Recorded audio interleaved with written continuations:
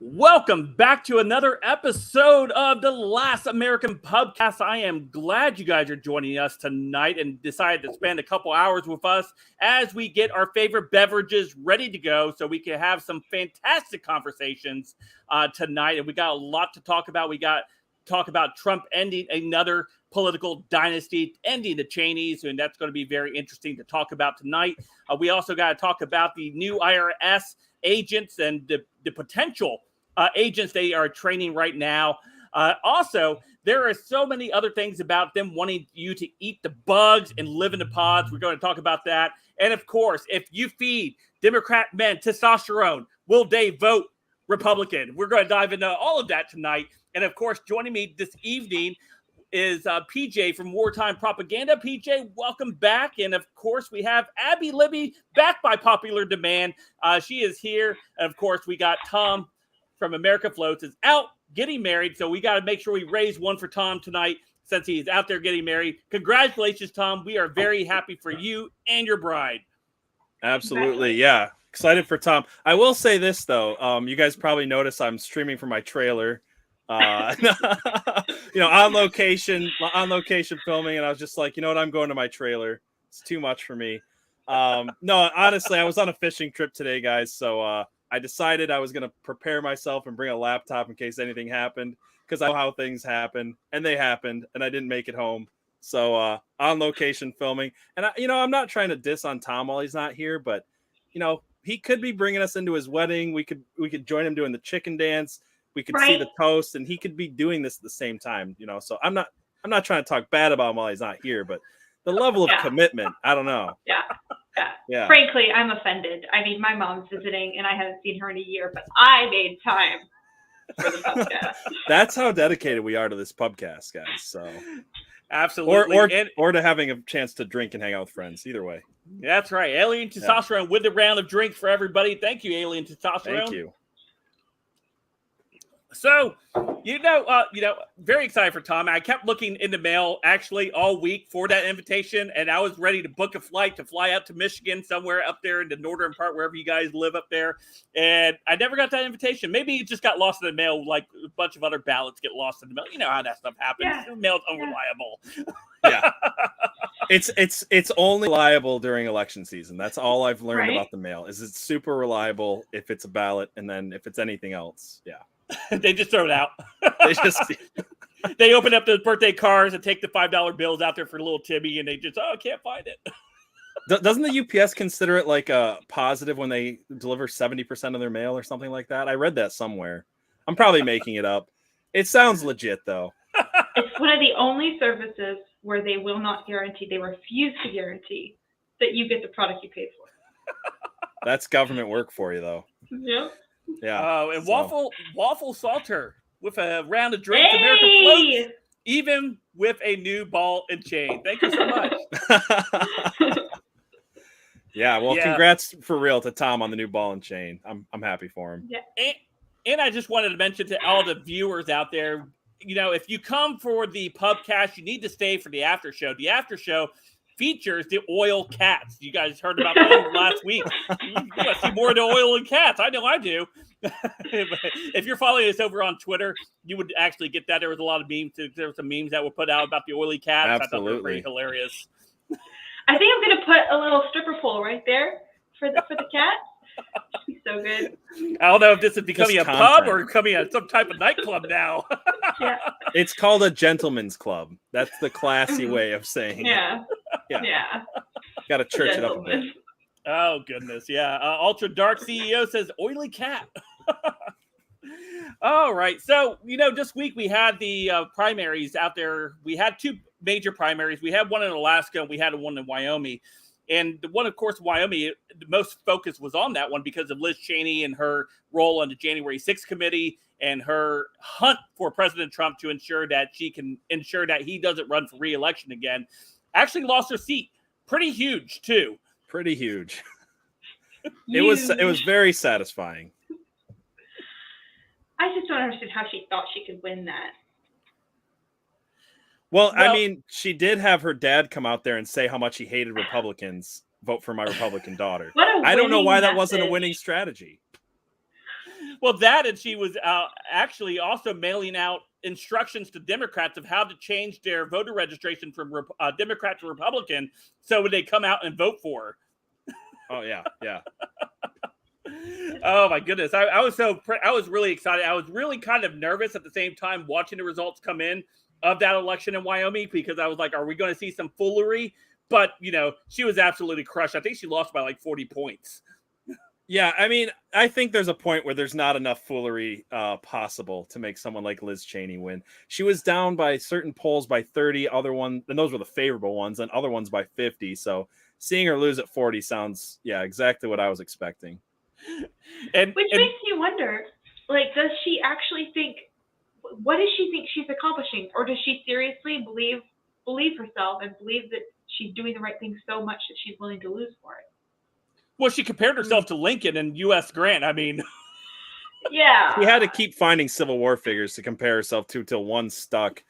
I think that she's just such a part of this swamp that she had.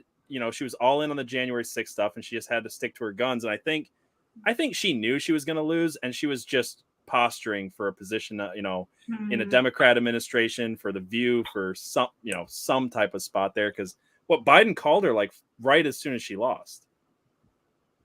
Yeah, he did, which kind of made me theorize. I talked about this in one of my videos I put out last week.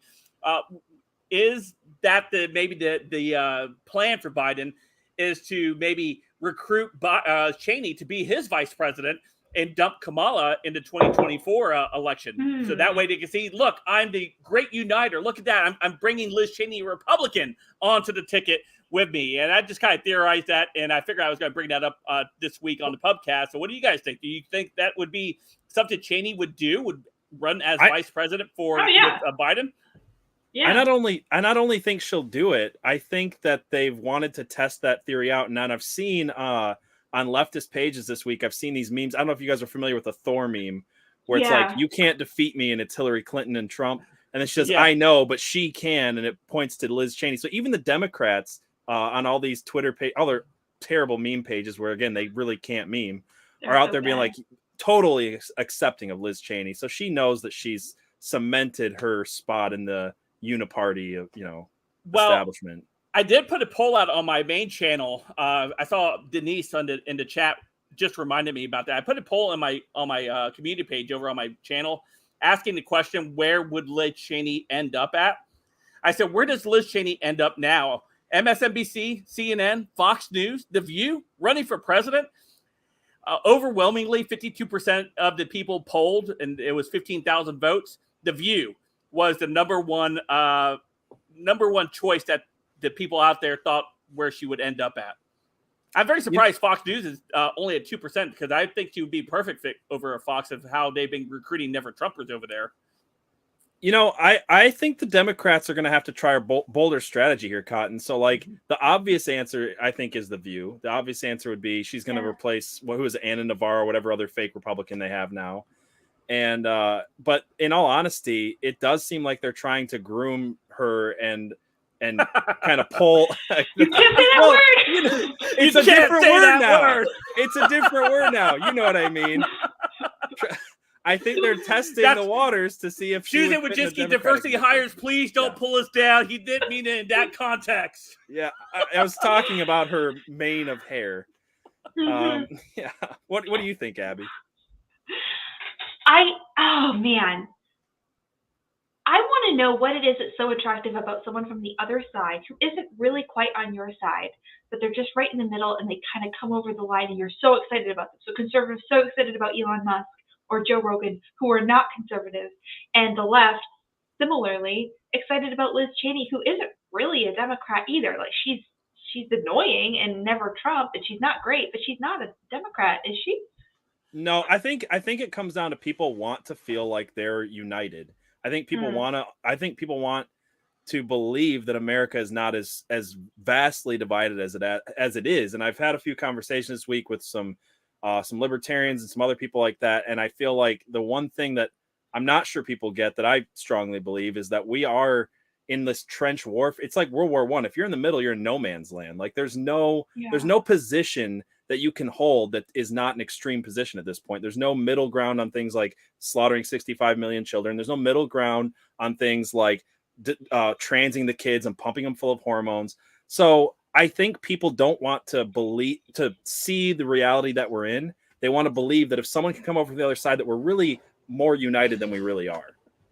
You're Sorry. Right. What a great analogy about the World War I trench warfare, because you're right. Because if you remember during trench warfare, they would advance very little on each side, and they would lose back and forth. And of course, in no man's man, if you're stuck somewhere in the middle, you're like, well, I kind of agree with this, and I kind of agree with that, and like both sides, you're dead. Will absolutely wreck you. Yeah, absolutely. What percentage of the population do you think is longing for that unity enough to compromise for it, and what percentage is just happy to stay divided? A third. I think we're in even thirds. I think there's a third of the country that understands that they're on the right. There's a third that understands they're on the left, and there's a third that want to pretend that there is a middle ground. And I just don't think there is. Well, especially, it's almost everywhere, because we continue to see stories that you would not think that it would be tolerated where we are today. The Children's Hospital story that and I shared with you guys, I believe in our private chat that we have, where the Children's Hospital came out and said, adolescents can take these life-altering changes to their bodies, and they do it with a smile on their face as they're talking about it.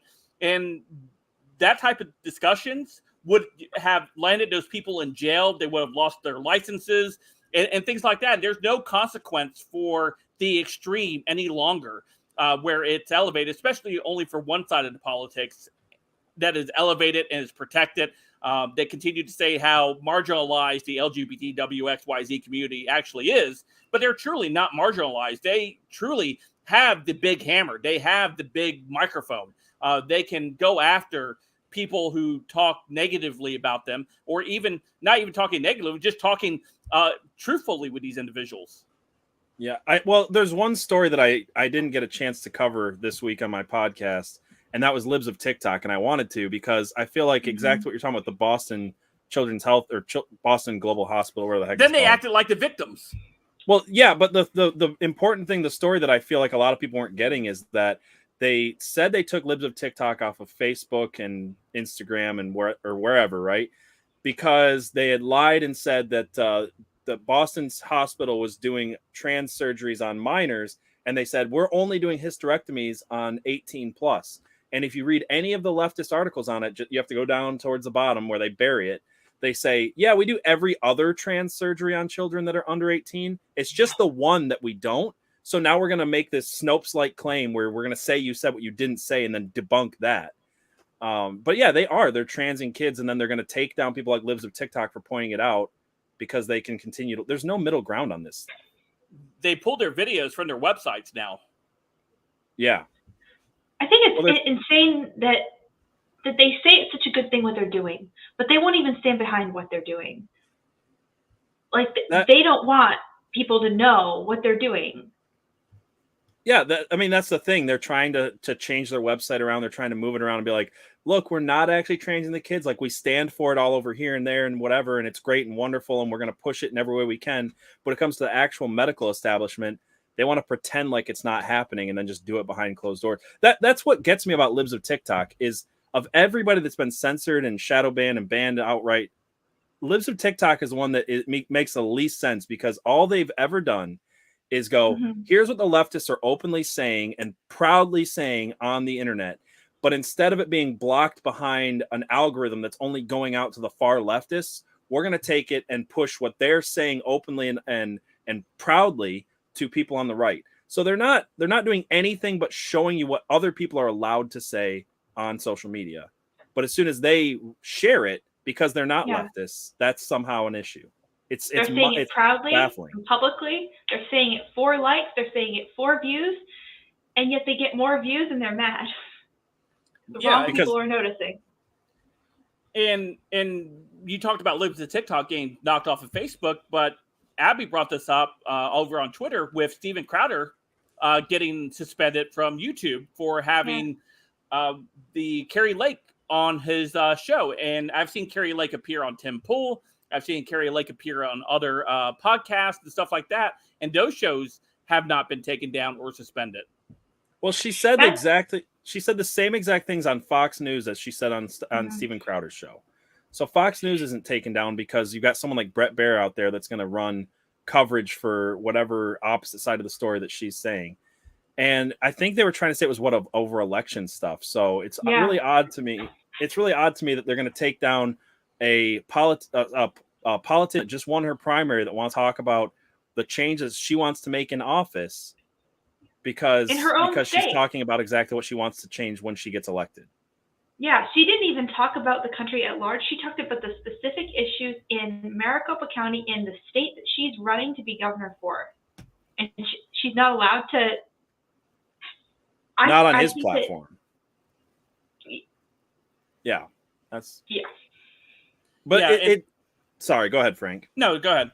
I was just going to say, it's the same thing as Libs of TikTok, where they just don't want it to go out to certain audiences.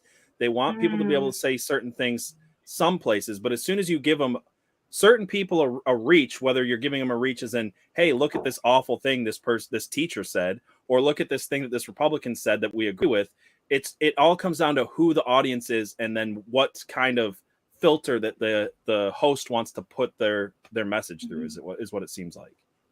Can I talk about my own suspension for a second? No. Sure.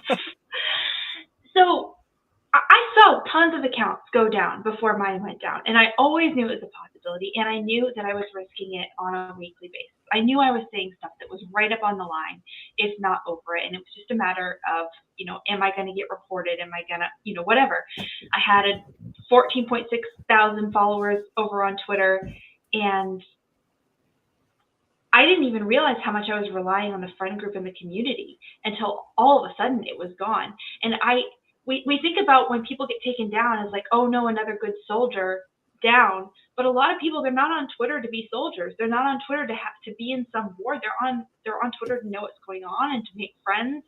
And it seems like one of the things that they're doing is just try to demoralize us, just erase and completely take the courage away. Yeah. Yeah, and I think that's what it's designed to do, is to really demoralize the other side, where they don't want to engage in any type of converse or any type of activity on social media any longer, to the point where you're like, why should I even bother anymore? They're just going to ban me.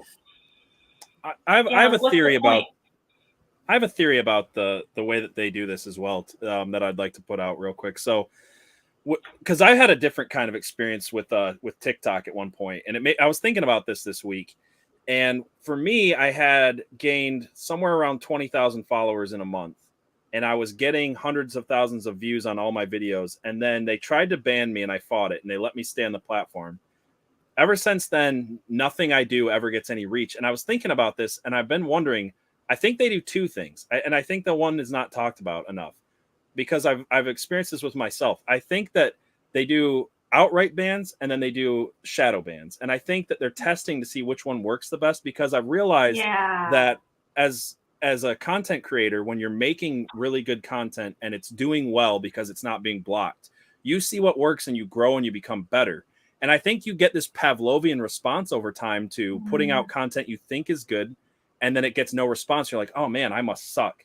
Or, oh man, I need to change something. So no matter, it's been harder and harder for me to make the type of content I used to make. And I think it just comes down to, I've just developed this Pavlovian response to, that didn't work. That's not good. That didn't work. And it's like, oh, it's not even that it's not working. It's that no one's even allowed to see it. I mean, I have 24,000 followers. I put a video out this week that got 2 views, and it was from people that I directly sent it to. Yeah. It was so it was you. Me and your mom. Yeah, me and my mom. Yeah, or you and my mom. But speaking of Carrie Lake and how they're trying to silence her her opponent in the election doesn't want even to debate her. The Arizona gubernatorial debate may not happen because Katie Hobbs is too scared. And I'll read. When you know your ideas are indefensible, a stiff wind will blow, a stiff breeze will blow them over. Of course, you don't want to stand up and defend them. No, yeah, you're absolutely right. It says here, let's see here. Hobbs has already declined, claiming that she will not engage in a circus that insults and embarrasses Arizonans. Is what she said. That's the reason she's not going to debate Carrie Lake. Excuse me. Isn't all of political debate a circus? Like, and has been from the beginning of this country. Yeah, that's just a weak. That's just weakness. I don't know. Like, I don't know what to say about it other than she's obviously scared. She doesn't have anything to stand on. She knows that Carrie Lake is a fighter, so I kind of hope that just bites her, because it never looks good. I feel like there's only a few times in history where someone's been able to buck that trend. And Donald Trump was one of them, where he's like, look, this debate isn't worth my time. And everybody said he was going to lose. And he bucked that trend, but I don't think this is one of those times. Yeah. I don't live in Arizona, so I can't rightfully speak to how the people of Arizona feel, but based off of, the voting, they had massive number of Republicans come out and vote this last election and this midterm overwhelmingly for Carrie Lake. So I think it's there, and I think that they want Carrie Lake to be that fighter for them, because they've had nothing but milquetoast governors in Arizona for the longest time. Yeah, so Surly Unicorn says she can't block someone in a debate. I mean, I feel like that's the whole thing about this. The left has become so used to censorship that it actually kind of works in our favor, because it's had to make us fight harder. It's made them less able to defend their own positions. And anytime that they're actually faced with someone who's well-spoken and well-researched and knows how to debate, they're just not prepared. It's iron sharpens iron, and they're just getting all these weak pats on the back, like, oh yeah, we agree with you because the algorithms are going to continue to just push everybody who agrees with you. So these people aren't strong debaters for that exact reason. And I think the unfortunate side of that rhetoric is that it's this idea that these people are so subhuman and their ideas are so deplorable that I'm the good guy for not engaging with them. And I do think that rhetoric is powerful in a really bad way.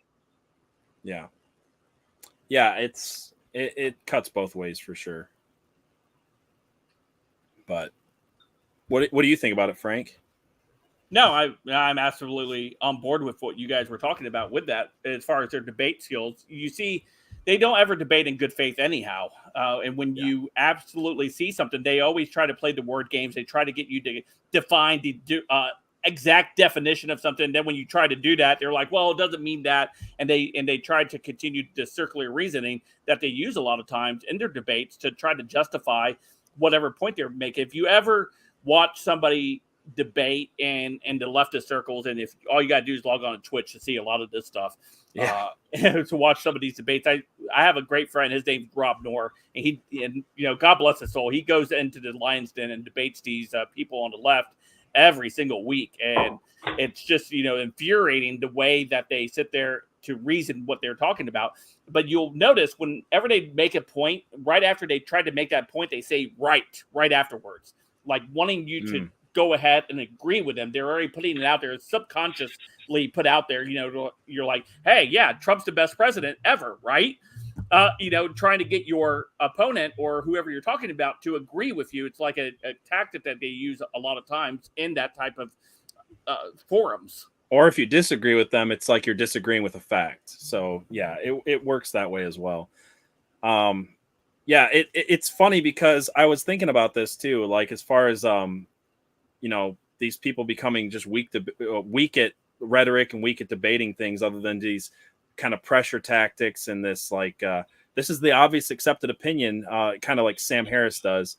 I feel like one of the things that I think also makes us stronger in a way is, I mean, maybe you guys have witnessed this, but I feel like we're a lot better at literally debating each other and holding each other accountable. I've noticed that I've had a lot of interesting debates, conversations with people about, like the small disagreements because we're trying to like strengthen our positions. And he brought up AOC, Waffle Salter. Thanks for the round, Waffle Salter. I was about to bring up AOC was my point. That she brought me the wrong drink. This is wrong drink, AOC.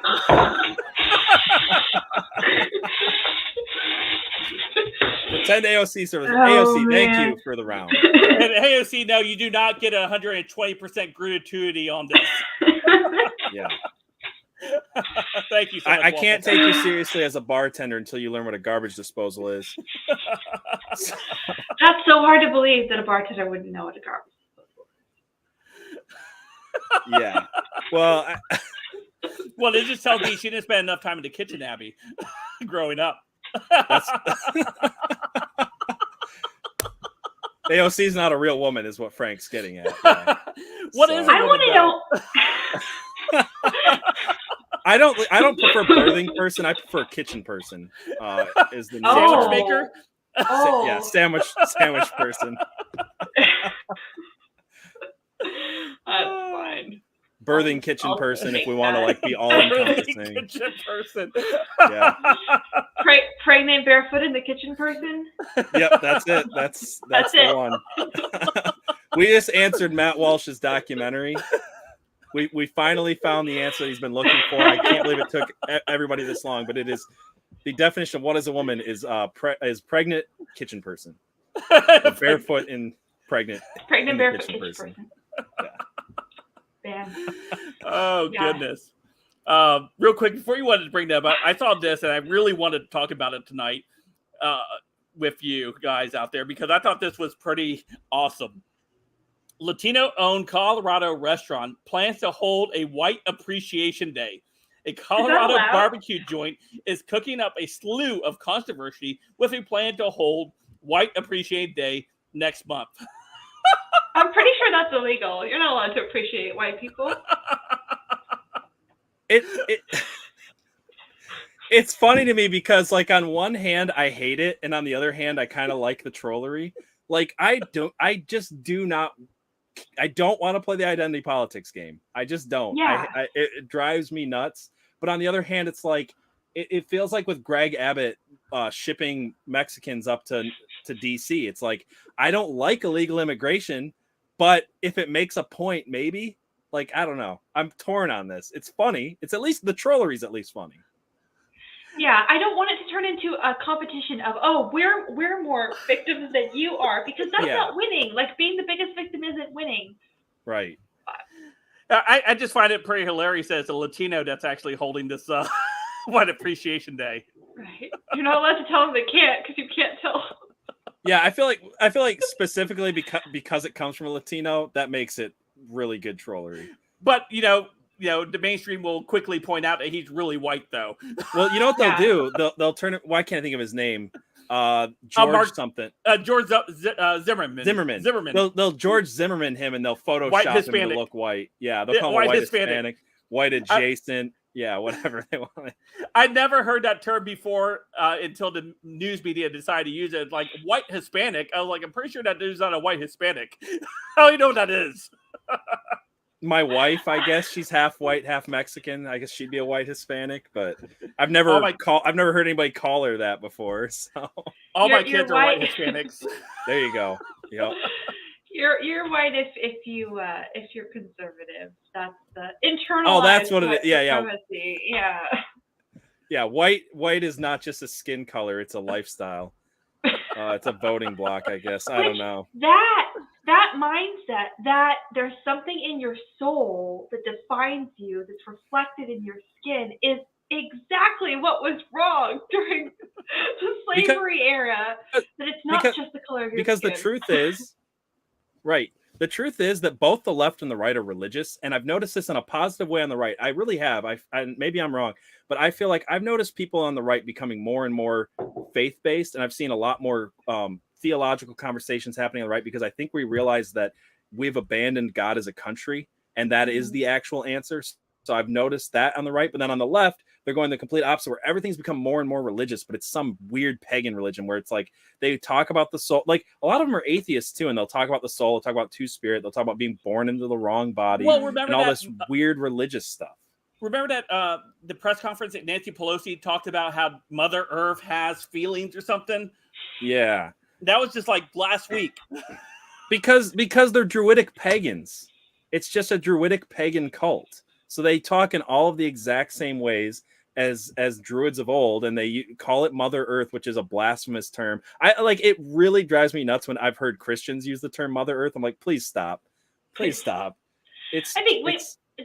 In the same way as when a leader leaves and leaves a power vacuum, when a religion leaves, it leaves a religion vacuum. And I bought into this idea that, oh, we should just kind of be a religion free state, and my religion is here in my community. Yeah.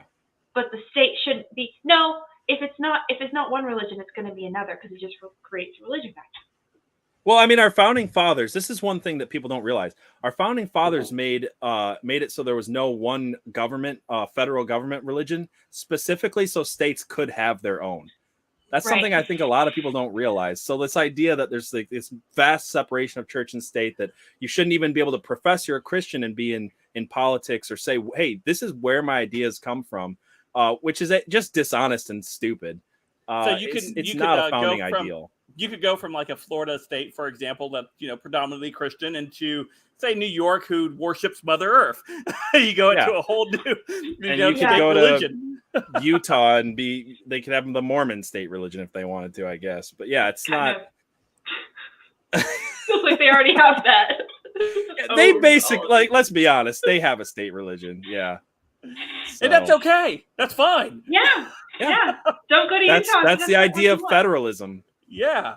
So here, the IRS, they passed a climate bill, which is basically what it is. PJ talked about this, I think, 2 weeks ago on the here on the Pubcast, talking about how the Inflation Reduction Act. The Inflation Reduction Act, which gives $270 million to Native American wind farms, it's the Green New Deal in a dress. Yeah. Right.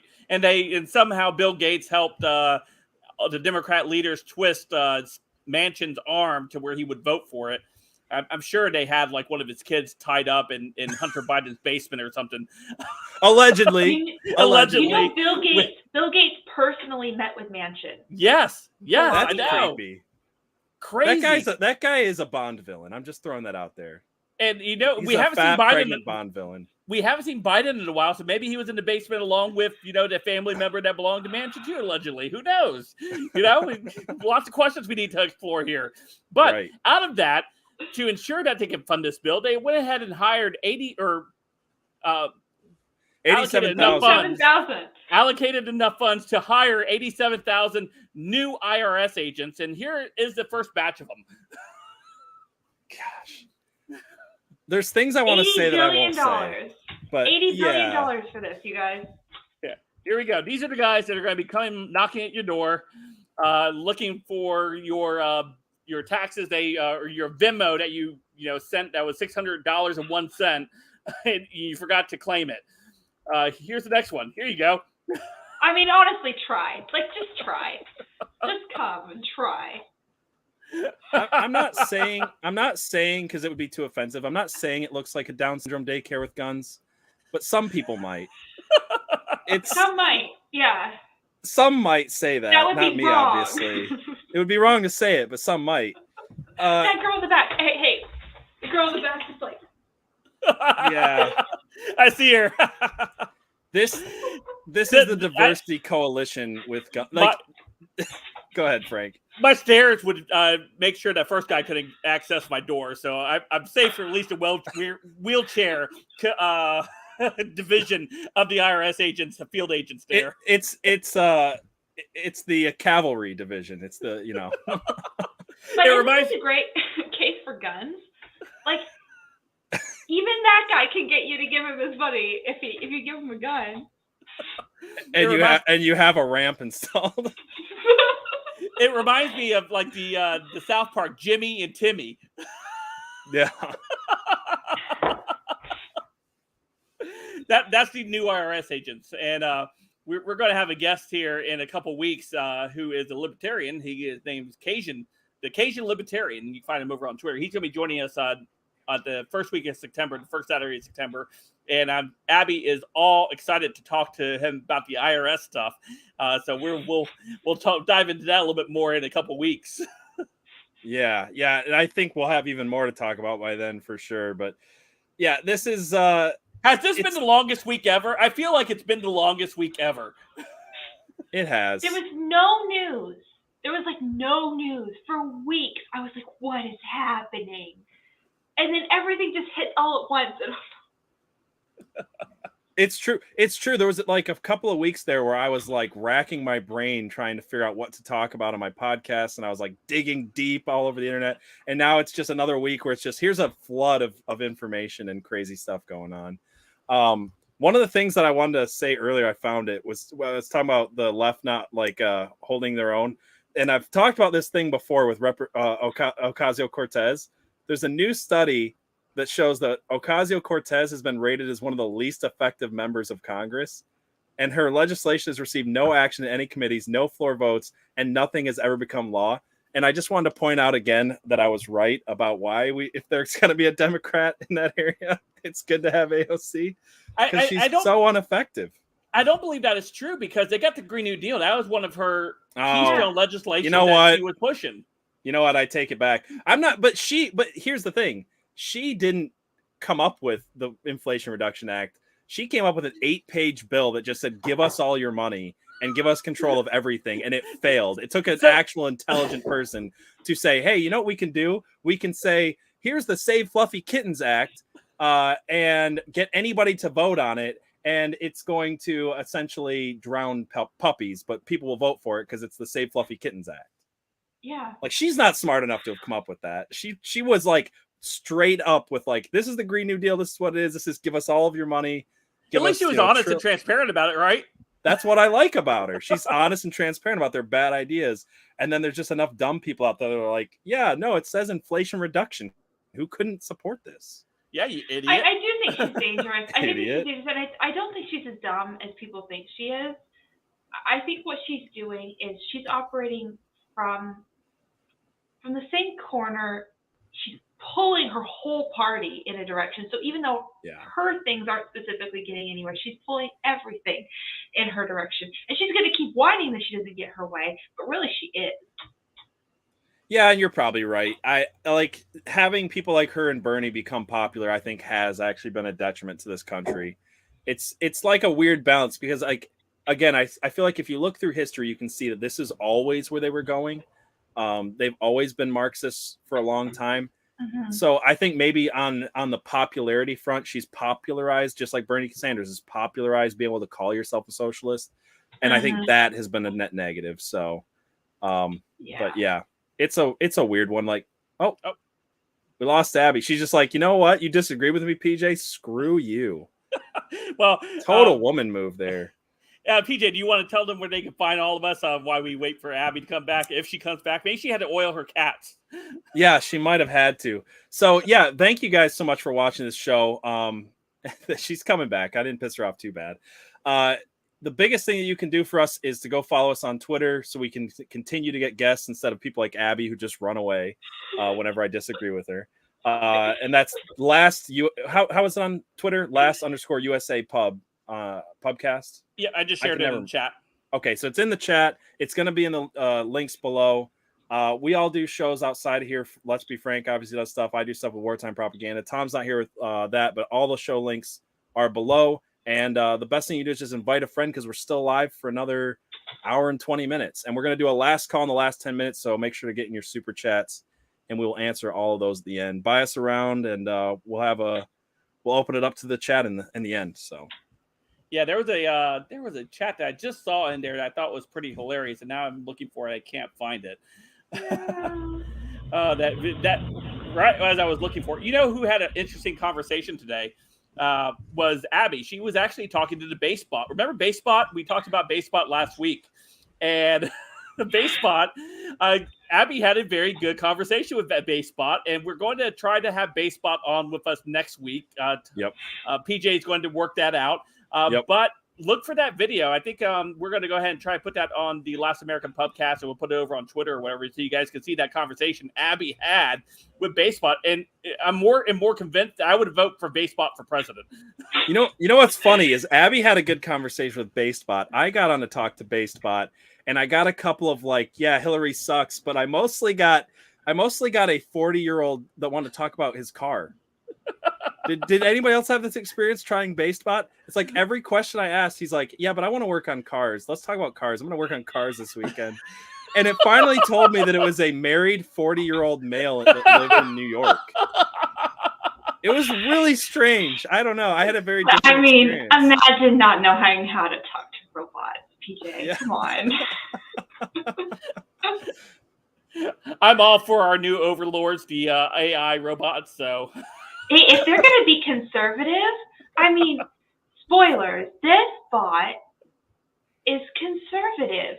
This bot has surfed the web and downloaded all these things and has looked at all of these conversations and decided that it hates censorship and that it thinks Donald Trump was It's funny because there's two things that we've learned this week. It's that if you give someone open access to the internet without censorship and they get to see all the different sides, they're going to inevitably become conservative. And then the other thing that Frank was going to tell us is that if you give a man an actual healthy amount of testosterone, he might also become a conservative. Yes, I came across the story. I've been wanting to talk about it all week, and I thought I was going to go ahead and do a story on my normal channel and as a standalone format, but I was like, I need reaction to this one. I'm not going to do it. I'm going to go ahead and save it. So I've been saving it all week because I came across it on Monday. So I've been holding it since Monday just to talk about it with you guys here tonight at the pub. And it's this story here. Let me pull it up. And it's talking about if they did this experiment with these liberal men, and they started feeding them testosterone to see what would happen. And it was quite hilarious with the, let's see here. I got to find it. Where is it? Bitman, Rico, Radical Soros, Capital Crime Police. Hold on. Spoiler, there it is. If you don't neuter a man. No, okay, go there ahead. it is. There it is. Okay, so a study reveals administering testosterone to Democrat males induces a red shift to conservatism. So, yeah, these are the dudes here. The beta male is real and has low testosterone and votes Democrat. In 2017, a BuzzFeed crew famously got their testosterone levels checked as part of an investigation into male attractiveness. Well, so hold on. You said a BuzzFeed crew. Did they find any? At BuzzFeed, did they find any testosterone? No, we're about to look at their testosterone levels. Sorry. Yeah. So when they started, with their results came in. So here were the testosterone levels, their T-score. So Eugene scored a 363. Keith scored a 259. Zach scored a 252. And Ned scored a 212. Poor Ned. So what is a good testosterone level? I'm getting there. Okay, sorry, Frank. I'll stop cutting you off. Yep. Tom's not even here, and I can't talk. I had to fill his shoes. Broken without Tom. I had to fill his shoes. Yeah, go ahead. The man boys at BuzzFeed scored extremely low when compared to a normal male. In fact, their testosterone levels closely matched those of a 12-year-old boy. Oh my so God. Here's the testosterone. So, and their brains too. So between 0 and 5 months, if you're a male, 75 to 400 is your testosterone levels.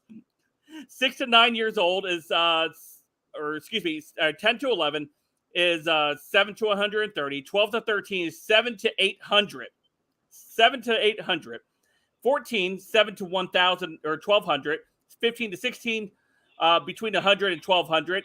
17 to 18, between 300 and 1,200. 19 years old and older is 240 to 950. The average adult male is between 270 and 1,070 is where that ranks up. And here where they were, where was it? 363, 259, and Ned coming in at 212. He's on the average. Not even on the average. He's below average. Yeah. So there was only one on that had over 300. So a 7 to 18-year-old has. Yeah. Wow. Yeah. So he was right here in the 17 to 18-year-olds. This is why a lot of these beta males, especially on the left-hand side of the spectrum, act like man-child. They're men-child. That's why they're all into their Marvel and all into the. I'm not saying it's a bad thing, but they make their whole identity based off of all of these things. No, I agree with that. Right? It's not like, you go to my page, you can see that it's not, wrapped around man boy stuff. Yeah, I got some comic books and stuff, but the ones back here, those are Flip City Magazine, by the way. Great company. If you guys haven't checked out Flip City Magazine yet, they're fantastic. They make fun of the Frank's left. defending his nerd stuff and bashing our nerd stuff. Yeah, I like nerds. I'm a big fan of nerds. So anyway, the conservative men, on the other hand, generally have higher testosterone levels than their counterparts. And it says that a 2011 study in scientific research confirms a transformation in left-wing males when they were given increased doses of testosterone, they became more conservative. Testosterone has not only a psychological effect on you, you can literally see it in someone's physique. So, like, if you look at a lot of these, loudest leftist people, they have noodle arms. They have the inability to grow facial hair. Like, it shows, like, you can kind of look at some of these people and go, yeah, this person voted for Hillary Clinton. What is it, chicken or the egg? Like, do the ideas change your hormones, or do the hormones change your ideas? I think the hormones change your idea. I took some testosterone when I was like 20 something just to see what it would do, and I actually became way more aggressive than I would have been, to where I wanted to do more, I guess manly things and get more involved with that kind of stuff. And not that I don't like doing those things, I do, but I was even more hyper focused on that. So my testosterone level is probably the average right in there, and it just, with the added stuff, maybe become even more, you become more sexually aggressive and things like that. So I don't want to dive into all the details and stuff. Become super based. His wife loved him. I am totally comfortable right now. Yeah, PJ, you made this weird. It's my job. I take it seriously, guys. Yeah. No, it's funny. It's one of those results. It's one of those test results where it's not like, the clickbait articles are like, you're never gonna believe the results. It's like, no, I'm totally gonna believe the results. As soon as you read it, you're like, yeah, that makes sense. Like, nobody has to think twice about this. But how do you solve for that? Agent 19 says, took testosterone, punched a dude in the face, and slept with his girlfriend. It was awesome. I mean, get it? I guess. You know what, though? I think they show that a lot of what you eat and a lot of the things that you do, like as far as physical exercise and things like that, boost your testosterone. Mm-hmm. And it makes me wonder, because I've been asking this question. I've been asked this question a lot in the last week. Is why there's such this focus on making people eat crickets. And the number one reason I can come up with, besides the fact that the elites want to embarrass us and make us just show that we're cattle, which is what I think it is, and a big part, is I feel like it has to have something to do with testosterone. When you take away protein from men, they're going to necessarily have a testosterone decrease. So, but John the Baptist, though, that man ate locusts and honey, and I imagined him as one of the most masculine men in the Bible. Well, I think we're talking about the exception that proves the rule, Sure. He was from a weird sect of Jews that did that kind of stuff. But yeah, so I don't know. Story. Sorry, what, Frank? No, I do have that story. I'll pull it up for you. About the bugs? Yep. Yeah, well, just while you're pulling it up, I've seen a lot of things this week. I've seen that they're starting to sneak cricket flour into food. So there's a certain cheesy puff that has cricket flour in it. There's, I don't know. I think it was TMZ was pushing that you should use cricket flour instead of wheat flour. So there's a lot of this going. It's been really hyper focused on in the last 2 weeks, I'd say. Waffle says biblical crickets were based. Locusts. I mean, locusts are probably pretty based. So getting testosterone from locusts might be different than a cricket. Locusts are huge. They're big bugs. Yeah. Yeah. It's basically a steak. They're getting off a locust. I think it's, if you can make. Let me put it this way: if you make it into flour, it's not protein. That's just more carbs. You just roll it in honey and just take a bite into it. Yep. I just want to understand. I think there's a lot of things that could be motivating the push for crickets. And obviously I'm against it. I don't want to eat the bugs. But what if they know that a food shortage is coming that they're trying to solve for without telling us why they know it's coming? You know what though? The only reason I'll disagree with that, because I've thought that myself, is because I'm very familiar with the agriculture industry. I've got, I grew up in a family of farmers. I grew up living and working on farms my whole life. The food shortages are caused by the same people who are pushing the crickets. It's not like it's not like they're trying to tell you. Yeah, it's not like they're trying to tell you that it's climate change is destroying the fields, or there's too many people. All the leftist lies just aren't true. It all comes down to overregulation.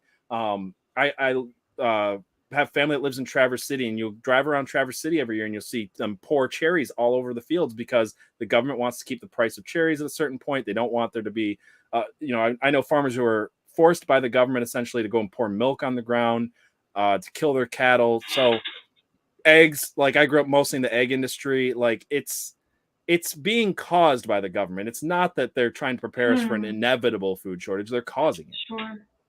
Yeah, and here's your story, PJ, talking about the indoctrination that's happening in classrooms, outside of, the other things they're trying to do. They're also trying to get your kids to eat bugs. Indoctrination campaign called Classroom of the Month gives young children rewards, including roasted crickets as a snack.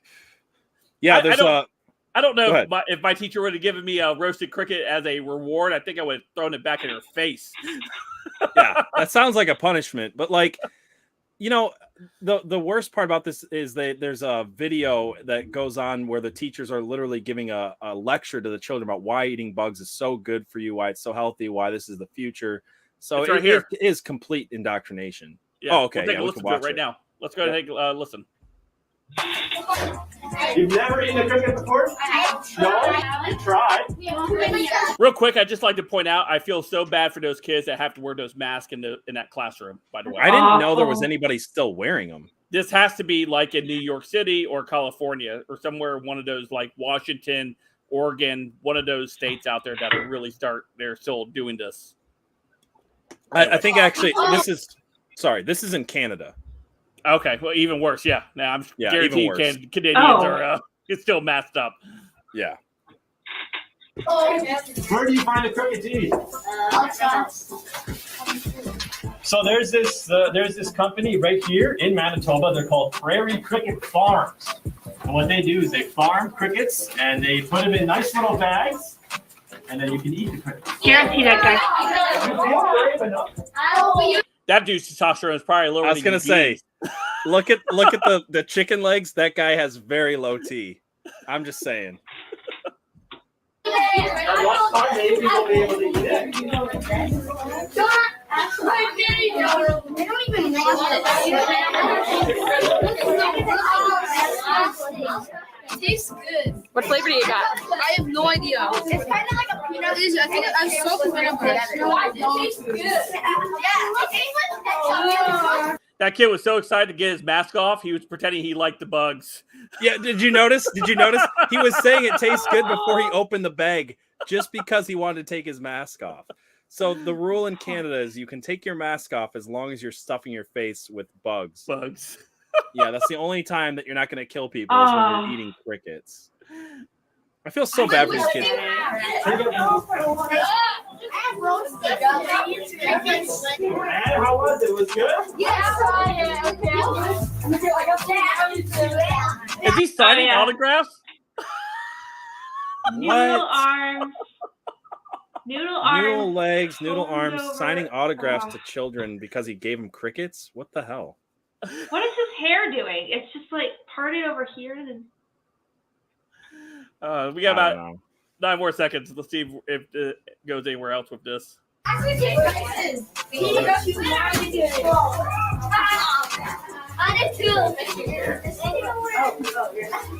I really feel bad that most of these kids are being experimented on by leftists. Yeah. That's what it is, though. Like at this point, I really don't understand how anybody is putting their kids in the public school system. It just makes no sense to me. You're putting your kid out there where they can be experimented on, their social experiments, given bugs, indoctrinated. I don't know.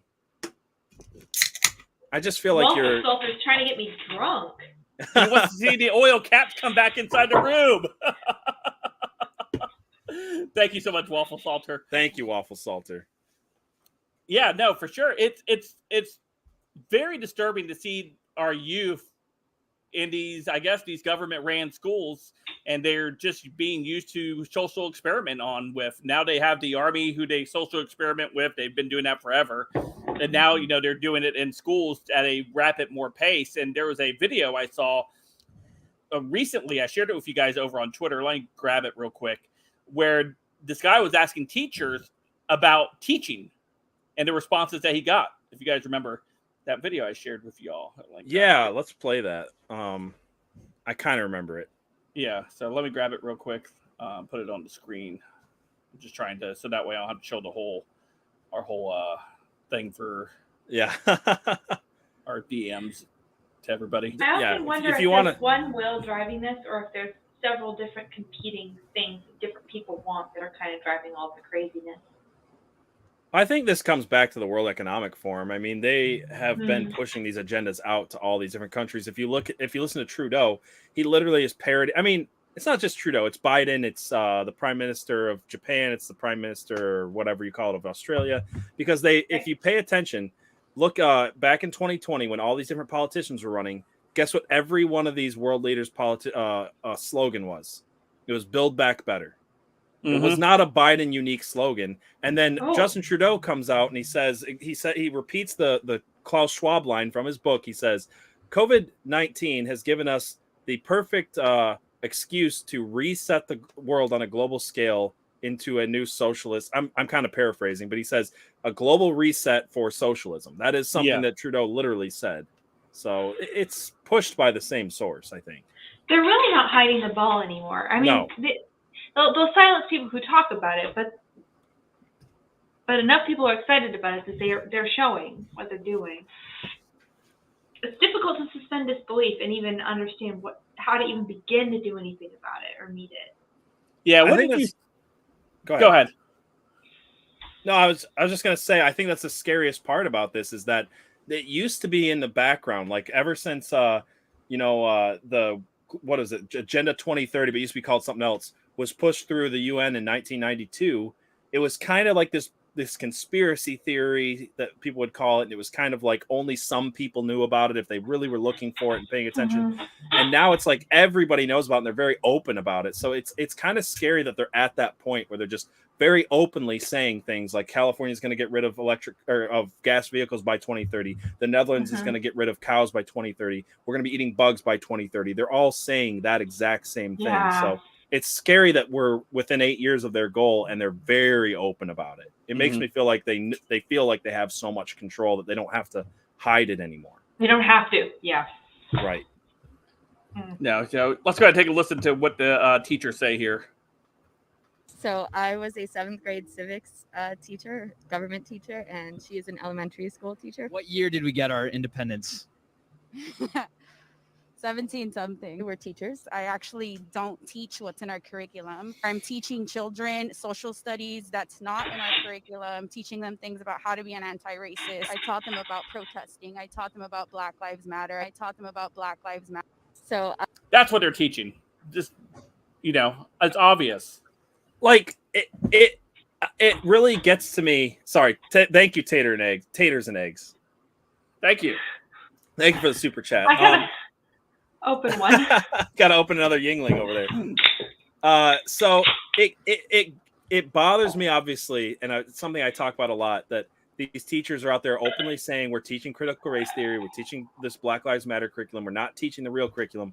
But the most shocking, blaringly disturbing part of that video was the fact that she's like, yeah, the Declaration of Independence was signed in 17 something. I don't know. I'm a teacher. That was the line. Like, I don't, as an American, like, you don't have to be a teacher to know that. As an American, you should know that. And this comes back to a G.K. Chesterton quote where he's basically saying this person comes along and they see a fence and they don't know why it's there. And they're like, we should just tear down this fence. Yeah. We don't know why it's here and we don't like it. And he's like, until you can tell me what the fence is for, I'm not going to let you tear it down. And we have a whole bunch of people who have no idea why this country was founded, when it was founded. and what the rationale was, but they want to tear it all down anyway. And G.K. Chesterton was right. You really need to know why something was put in place so that you can know what the good things. Sometimes, if you completely understand why it was put in place and you understand that we really don't need it anymore, it's okay to tear something old down. But you gotta know what you're doing. Yeah. Yes. Unions. Yeah. Like No, unions. I agree. There's actually, and I don't know if you've read this yet, Abby, but the postmodern Pilgrim's Progress? I'm in the middle of it. Okay. I'm right in the middle of it. Yeah. That's a scene in that book. I've got to that one. Yeah. Yeah. Okay.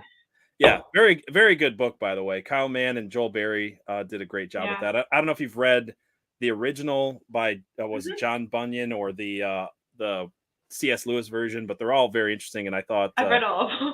Yep, they're all good. They're all good. They're all good. Yeah. But I thought that the guys over the Babylon Bee did a fantastic job with that one.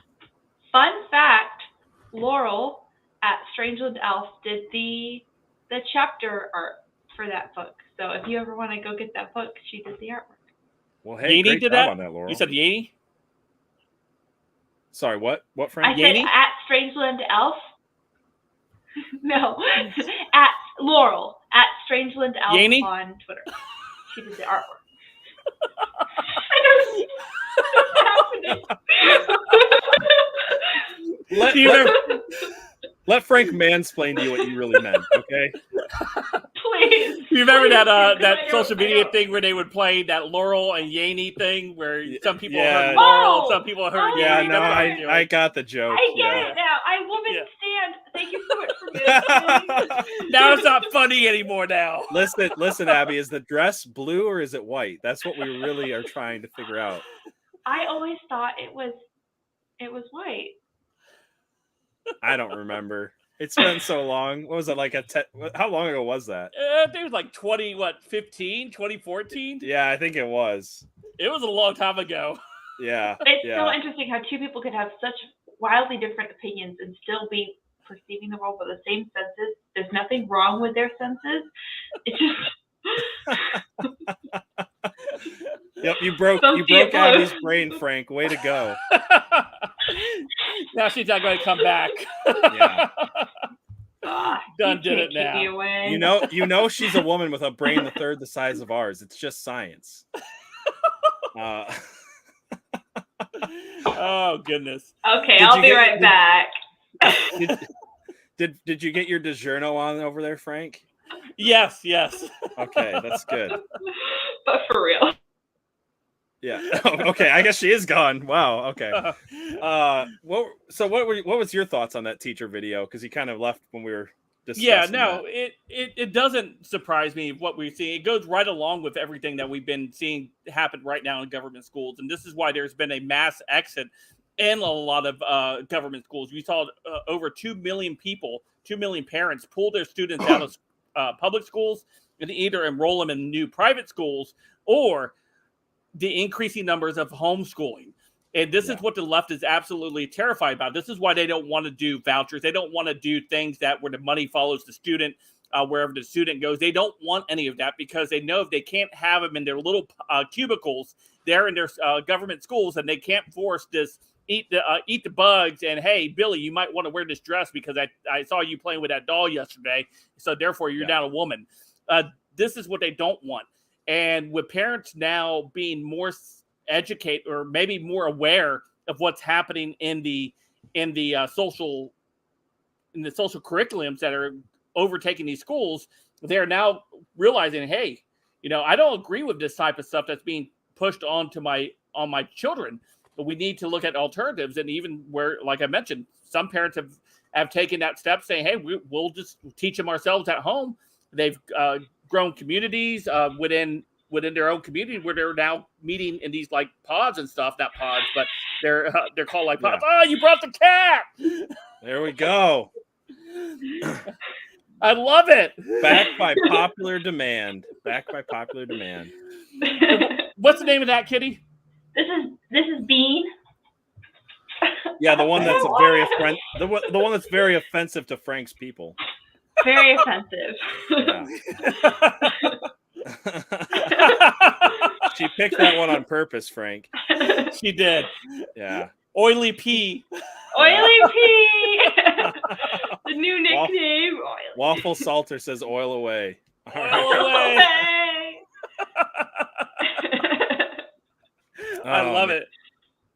Did you catch that part in the beginning, Frank, where she said, "I don't know what year the Declaration of Independence was signed, but I'm a teacher"? I did. It's like the social indoctrination stuff. I expect that is just mind blowing. Oh, sorry. What happened? You said wow. What was wow? Oh, no, just that a teacher who teaches that. So I get it if a math teacher doesn't know. It's still a little weird, but I don't get it if a fifth grader doesn't know that. Like, we live in America. It's just weird to me. Watch Hamilton. I mean, come on. Have you watched that? It's just yeah. Think of anything like the 1776 is like incorporated into so much stuff, so much Americana that's like, how could you miss it? Well, because their FBI is labeling Americana domestic terrorism symbols. Yeah. You know what Not else? cool anymore. You know what else they are? And thank you, Taters and Eggs, by the way, for the super chat. Talking about the FBI though. Thank you so much, Tater and Eggs.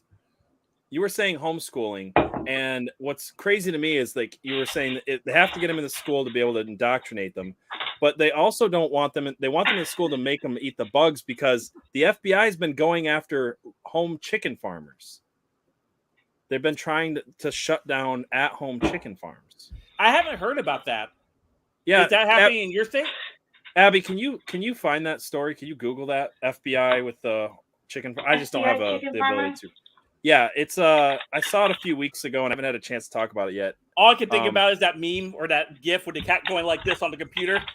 Yeah. I hear the typing, the cat's going. Hey, Bean, can you be our research assistant for this episode? Bean is our fact checker. Yeah. FBI chicken farmers.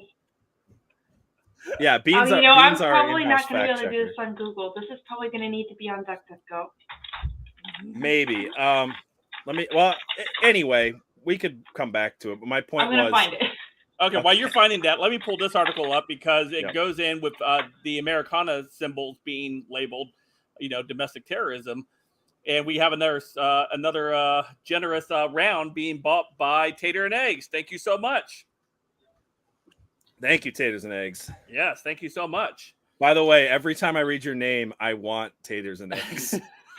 I want steak and eggs. Steak and eggs sounds great. Eggs. I went to IHOP. It's been a while now. It's probably been about a year since I've been to IHOP, but I ordered steak and eggs, and man, it was so good. It was so good.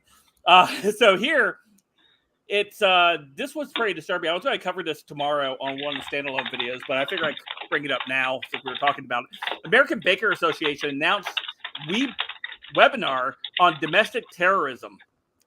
We're going to look at something that happened in Canada where the banks actively decided to go ahead and shut down funds for people that were receiving funds for their protest against the draconian mandates that Trudeau's government was pushing on Canadians, and they were locked out of their accounts. And now the American Baker Association, I'm sure with some pressure from our wonderful regime that we're currently under, has announced an upcoming seminar on September 28th in 2022 entitled Domestic Terrorism, a Threat to the Financial System, revealing continued corporate indoctrination. According to their website, ABA proudly represents institutions of all asset sizes and character types. And these diverse perspectives drive the development of our daily work and policy positions. Take a look at where we've been and where we're going for delivering the latest industry news to developing mission-critical training offerings. We support America's banks as they perform a vital role in energizing the economy and helping communities thrive. There are numerous threats to the nation's economy. Manufacturing and home building are taking big hits. Inflation remains high, and millions of Americans are suffering with high consumer prices. Many accumulated credit card debt to survive. The economy is weakening at a rate much faster than people expect. Yet, the ABA thinks focusing on domestic terrorism is critical to those in the banking industry. The seminar description reads as this: take a closer look at the rise of domestic terrorism and how extremist groups and how they communicate are receiving funding. and the threats they pose to the financial system.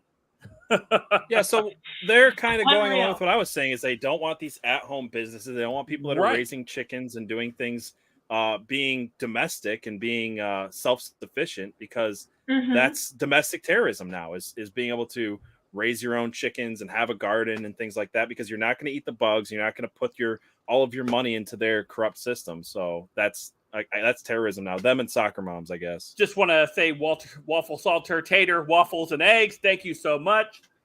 Absolutely. And then Tater and Egg says, thank you again, Waffle Salter. So we got to drink again. Man, Thank you. I'm already buzzed, Waffle you know. Salter says, plus steak. Obviously, plus steak. Obviously. Yeah. And Waffle Salter sent another one, And plus A1. A1. All right. Oh, Bryson Gray would be proud. Tater and Egg says, damn, Waffle Salter, and thank you. Fight. Baby Chewbacca, Oh, Kitty's Abby's personal Meownager true. and producer. I love that.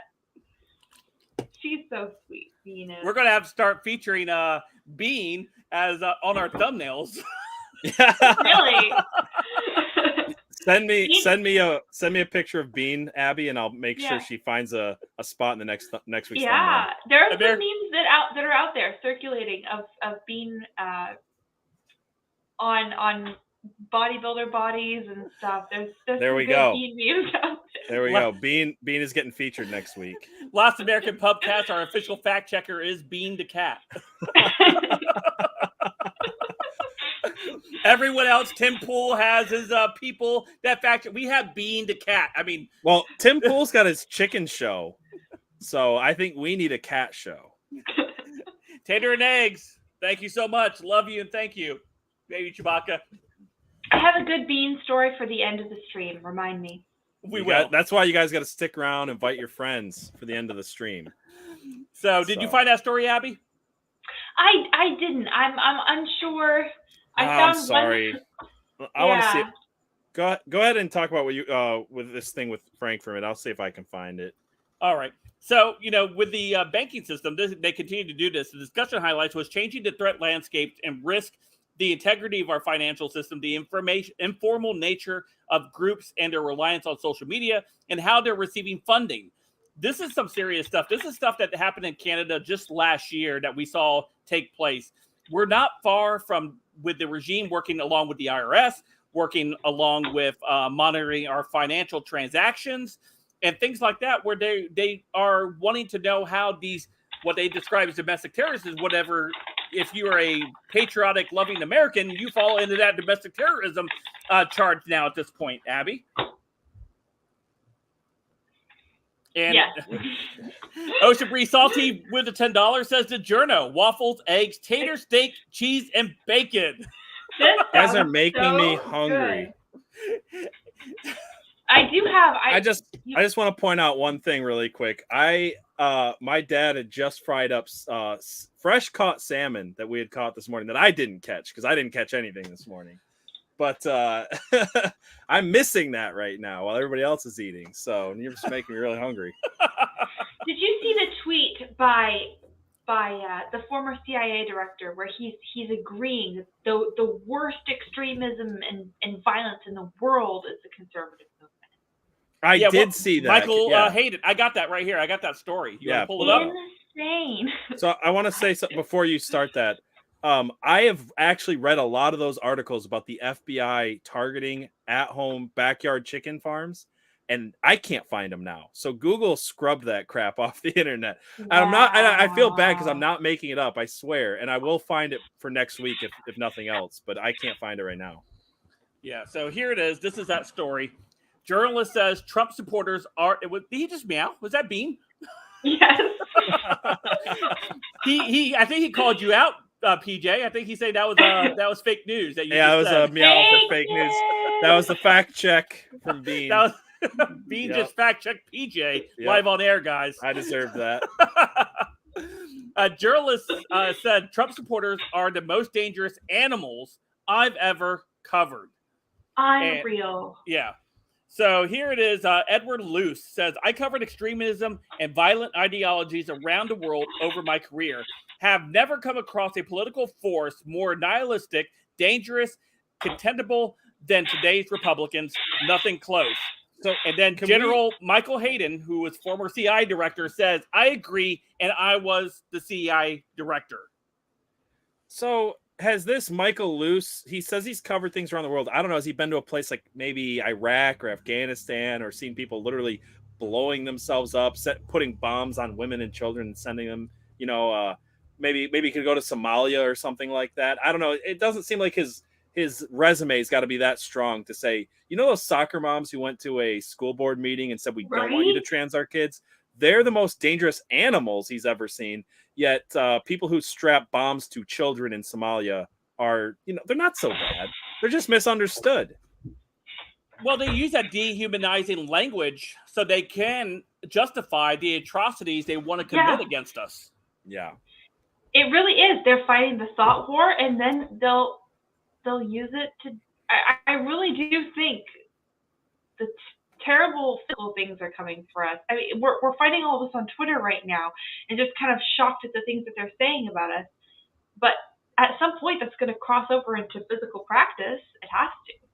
Well, we've seen times there's sporadic violent acts that we spot, and of course, it never gets covered by mainstream media or anything like that, because it would, obviously show that the most violent people out there on the political spectrum does come from the left side of the spectrum. And I'm very excited to have the fake news critic, also named Drone Tech, will be joining us 3 Saturdays from now. He will be joining us for his breakdown. What he does, he covers the fake news media. He covers every aspect of it and calls them out every single time. He's documented so many instances of this happening, and I'll be very excited to have him on the show so he can actually tell us, and help bring some of these things to light, because he is on it every single time when these fake news propagandists come out and say, things like, we're animals and we're like the worst political movement ever. Do we not remember the Democrat Party of the 1860s, where they actually beat a Republican on the floor of the House of Representatives? Right. Yeah. I mean, show me one soccer mom who gives her 8-year-old an RPG and sends them out to shoot cops in the streets, and then I'll believe that we're a dangerous political party like we've never seen before. Yeah, I just wanted to say thank you to Tater and Eggs, because he did send this one in after Ocean Free Salty. So thank you, Denise. And I'm on water. I'm on water for a bit because yeah. Gonna make it to the end of the Hydrate. Yeah. I've been drinking. I just want to throw this out there. I've been drinking since like 5 a.m. this morning because I've been fishing all day. So, it's just weak stuff coming from Abby. Waffle and Salter says, here to a fresh off the Twatters band. Won't stop till the swamp is empty. Thank you so much. There we go. Thank you, Waffle. Good. Thank you. Poor Abby, her husband's going to have to come in and roll her out of the room. Yeah. Oh, he loves getting me. No, he's over there. Let's not lie. He's over there she's gonna find me attractive again tonight. So he's not upset. But he's like so hot. he's gonna be hanging out, of the pub here. It's like, hey, how are you doing? So what we didn't tell you guys is Waffle Salter is just Abby's husband. No. Just pouring it down my throat. Yeah. Oh man. Oh my goodness. So no, I mean, I always take it too far. I apologize. Too far, PJ. Too far. Where's Bean? We need Bean right now. Yeah, Bean, fact check me. He's laying on the floor right. I think I'm frozen. Oh, that's awesome. So, yeah, this is where we're at though with the political discourse in this country, where we see the left hand. Obviously, we know they're the most violent ones. We know they consistently have rejected the results of elections. Heck, they succeeded from the Union after the election of President Lincoln. So, I mean, these are the same people that will sit there and say, you can't question an election, when they sat there and fought a civil war after an election didn't go their way. Do you guys remember 2016? I mean, there's a lot of great memes about it, but it feels like it's 20 years ago. It does, but every coffee shop in the DC area had a trash can thrown through its window. I mean, it was so much more violent than January 6th by every metric. And then we had the Summer of Love. We had a whole city block of Seattle taken over by actual terrorists. Where they were attacking the federal courthouse there. They burnt down the federal courthouse in Arizona and in a few other states. They burnt down the police station in And you remember Merrick Garland said during that hearing when they were asking, the Republican legislators were asking, I think it might have been Matt Gaetz or Jim Jordan, one of those gentlemen were talking to him and said, what about these acts of terrorism? He said, well, we don't consider that an insurrection because they weren't in session during that time. So it's only an insurrection if there was active legislation or active government activity happening. Right. But okay, tweeting, that makes sense. Like what Liz of TikTok does and what Matt Walsh does, that's terrorism. That's stochastic terrorism. I think. Yeah, I've never heard the word stochastic before this week. I've never heard that. I've never heard that word before. Never. I guess so I looked it up, and I guess what it means is that it's something that has the chance to cause something else or random. It basically means random. So it means like, if you say something and somebody else takes that and wants to commit violence on it, that's your fault. So they're trying to say that Matt Walsh is causing violence by saying men are not women or something. It's insane. Thank you. Well, no, actually, it was over the Boston Health thing. But yeah. Thank you, Real Truth Cactus, for the round of drinks as Oh. some monies for my favorite Fed and only cat supporter, Abby. Cactus is one of the best people out there at Real Truth Cactus on Twitter. If you're not following her, I don't know what you're doing for your life. Yeah. Feds only cats. Yes. Feds only Yeah. cats. That confirmed. It's a thing, yeah. So what is the only cats link in the description below, or Only cats link in the description. Yeah. If you send in on super chats, I'll put a cat stripper pole right there, and it'll just get more exciting. Yeah. It's awesome. Tom's missing out on a good thing. I don't know why he would have wanted to get married today. He's missing that. Imagine skipping the stream to get married. Like I said, can you imagine if he would have just brought like a laptop or a phone with him, and he's like, hey, my best man's toasting me over here. We're doing the chicken dance. I'm talking politics. We're having a good time at the Pubcast. He's got the drinks provided. It's a wedding. Yeah, for sure. Yeah, I don't know, man. I definitely want to clip that part, PJ, of being fact checking you. Yeah, oh, absolutely. Hilarious. Yeah, I deserve that. Yeah. Scratch pole in the corner. Put some nip on it. There we go. Ocean breeze salty. Yes. Yeah. Oh man. My mom's been visiting this week, so Boots has been the fraidy cat that he is. He takes life way too seriously, so he's been hiding under the bed most of the week. I also just wanted to say real quick that sorry we're not broadcasting to Odysee or Rumble tonight. Tom isn't here, and he's the one that typically sets all those streams up. So it's only over on Twitter, Facebook, and the 2 YouTube channels tonight. So yeah. Tom, goodness. Waffler said one of my cats named Chancer, the pole dancer. Here he's trying. You know, Abby's just going to become a professional only cats streamer. Yeah. So. I guarantee you would bank so much. I bet.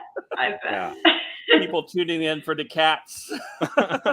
They tune in for the Last American Pubcast, but they stay for the cats afterwards. I have been a weird look about all this only cat stuff. So check this out. What do you guys think about this? I want to pull this up. I did a video on this earlier today, but Liz Cheney says January 6th committee is in discussions with Mike Pence lawyers about testifying. How does Mike Pence think this actually works for him? Because he's out there pretty much actively campaigning, right? To run for to gain the nomination. How does he think this works for him with such a large sector of society, or at least on the right, that is upset with the FBI, upset with the DOJ, what they've done, upset with the January 6th commission? How does he think this works in his favor at all? So that's what's so crazy to me is I'm trying to figure out if these people are so naive and so blind, and maybe they are, that they think that the Republican Party is still the party of Bush. And I think some of these people must. I don't know. But I want to give a shout out to Cam Harless, who was on my show this week, who's going to be with us next week. He said that Mike Pence is basically the human equivalent of a white New Balance sneaker. And I think that is the most apt description of Mike Pence. Yeah, I think so too. I mean, I wasn't even a really big. I was kind of disappointed he actually picked Mike Pence to be his running mate in 2020, or I mean, not 2020, excuse me, 2016. But I was like, all right, whatever. He seems like the all right guy or whatever. I didn't know much about Mike Pence, but the more and more as things went on, we saw how he was behaving and how he was doing things. And of course, he surrounded himself with a lot of swamp creatures that absolutely hated Trump. And there was such a detesting a view of him that they were working alongside. The entrapment of Michael Flynn came from Mike Pence's office. Right. Yeah. I don't know if a lot of people know that or not. Or I don't think a lot of people do. Yeah. I feel like Mike Pence has been forced to show his hand over the last few years. And I guess it's like with Liz Cheney, I think everybody understands and realizes she's not pushing to actually be a Republican. She's not pushing to be a legitimate, I don't think anyway, that she's pushing to be a legitimate nominee for the president as a Republican. I think she wants a job on The View, or she wants to run as a Democrat in the future. With Mike Pence, it's just weird to me because I don't see that coming from him. I think that he couldn't possibly make that shift. So it's just weird. Like him and a few other people maybe have just gotten into his head. Like, no, the Republican Party really is going to come back to this old Bush era Republican Party. And we're not going to be fighters anymore. We're just going to kind of be soft, nice guys to the left and get nothing done. I don't think anybody wants that. And I am confused if these never Trumpers are just so bought into their own BS that they think that's gonna happen. Yeah, you brought up a great point before we came on the stream, but before we do, I just wanted to say a big thank you to Tater and Eggs. He says they've blocked my payment, Frank. God bless those who have donated. Let's be frank. I will switch cards for next week. God bless you, Frank. Abby and Wartime Propaganda. They can't stop us. Thank you so much, Tater and Eggs, for all your donations throughout the evening tonight. Thank you guys again so much. Yeah, so blessed. So blessed. You guys are so very generous. We really do have a great audience here. It's something that I look forward to coming on every week. Just because I love talking to Frank and I love talking to Tom, and Abby's been really great, for a woman. And, but for real, the audience, the people watching, you guys are just so much fun. Your comments are hilarious, and they're a part of the show. So for sure. Thank you guys.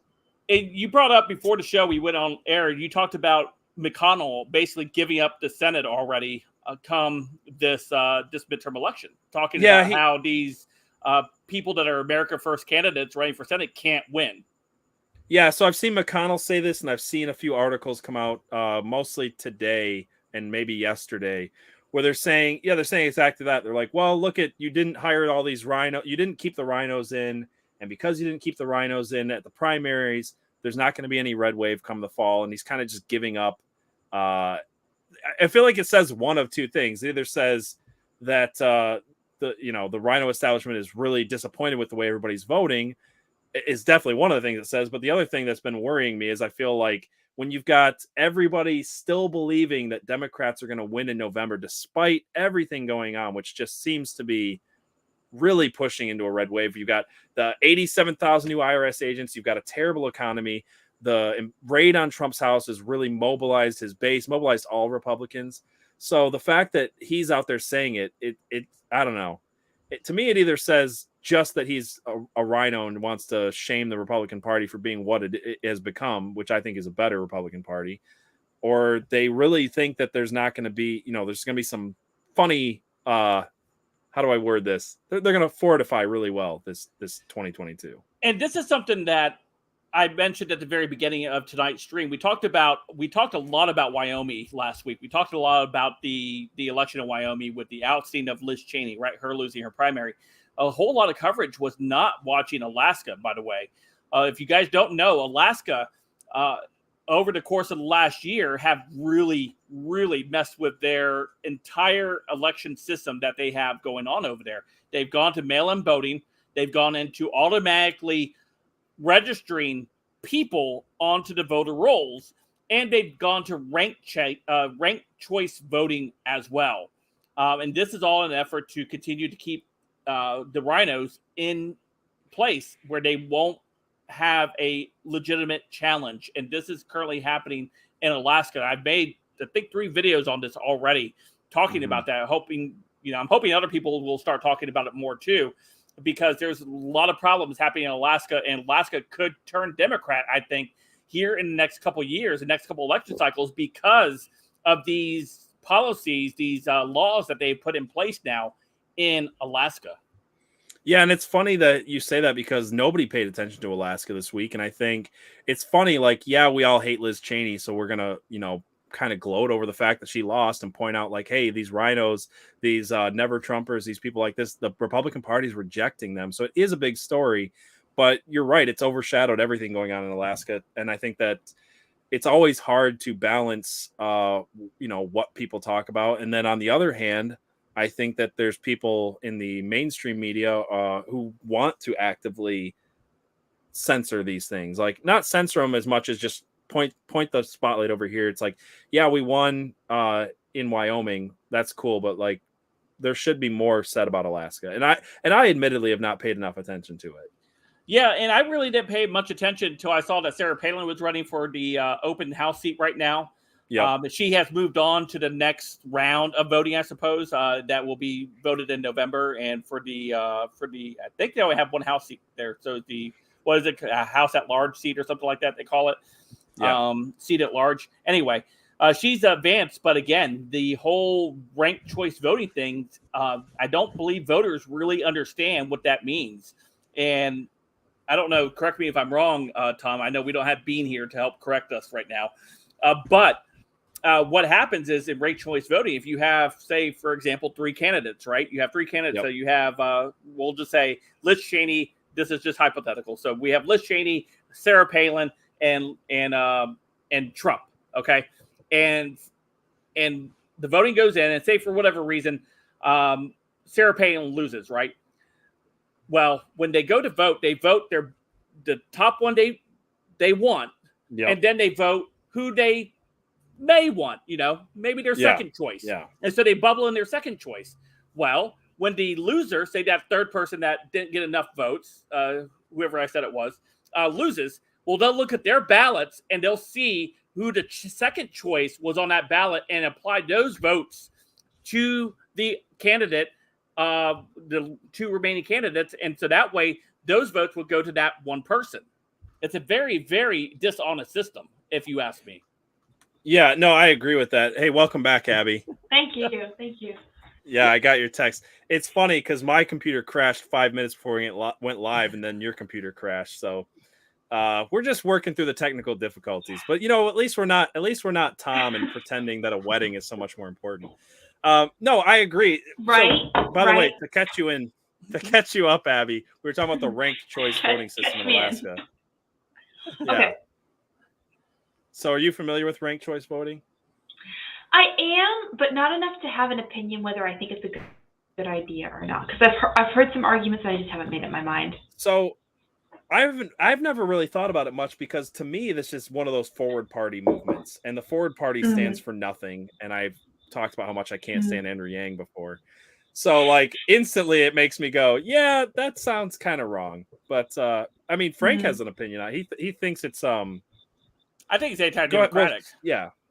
I think it's anti-democratic because the way it shakes out, because that second place vote for whoever your second choice is, and the loser, then they could apply those votes to whoever is left. So if you have 3 candidates, for example, and that third candidate didn't meet the threshold, they'll take that candidate, whoever was their second choice, and apply it to those votes to that person.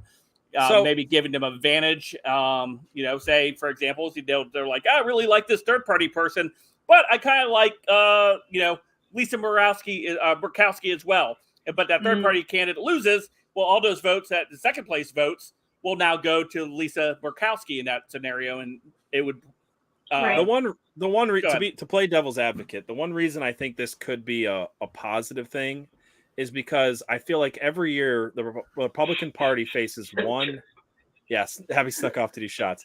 The Republican Party faces one challenge that we're never going to win on this issue with certain people, and that is people will sacrifice the good for the perfect. So people will go, "Hey, I really like."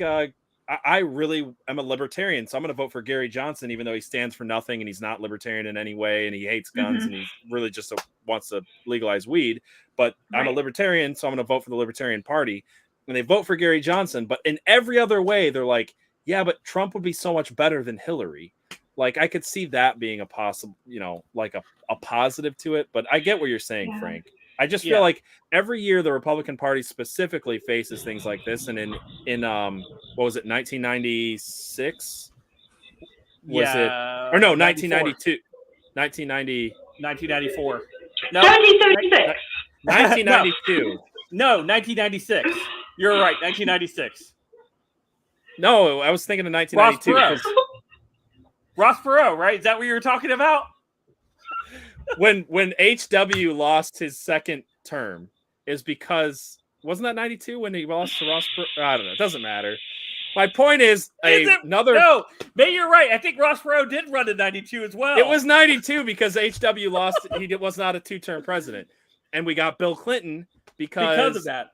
He pulled enough votes away from, and I don't even like H.W. Bush. My point is the Republican Party lost because of a third-party challenger. So, it always I can see both. Yeah. No, you're right. I mean, third party on its face. Yeah. No, go ahead. On its face, I like the idea of right choice voting. Like just without considering the consequences, just the concept of it, I like. But I want to know what the unintended consequences would be, what it would actually do. Yeah, I feel like it's something I need to think about more because, like, think about this. Like, when you're young and you find out that there's something like an electoral college, you're like, well, why is it that someone like Al Gore loses when he has the popular vote or Hillary Clinton loses when they have the popular vote? Like that, as someone who hasn't put thought into it, you're just like, yeah, shouldn't it be the person with the most votes? And then you realize, oh yeah, that totally screws over the states. The entire idea of federalism is that these smaller states are not just going to be overpowered by giant cities like LA and New York, because if we did have just popular vote, then LA and New York would control everything in the country. Every politician would just base their opinions on what LA and New York want. So like when you're younger, when you first hear the idea, it sounds good. So like I just haven't put a lot of thought into ranked party voting, but I can see, at least as far as libertarianism goes, when they're pulling 2%, generally for people who would vote for Republicans, I could see it being a win for us in that way. Right.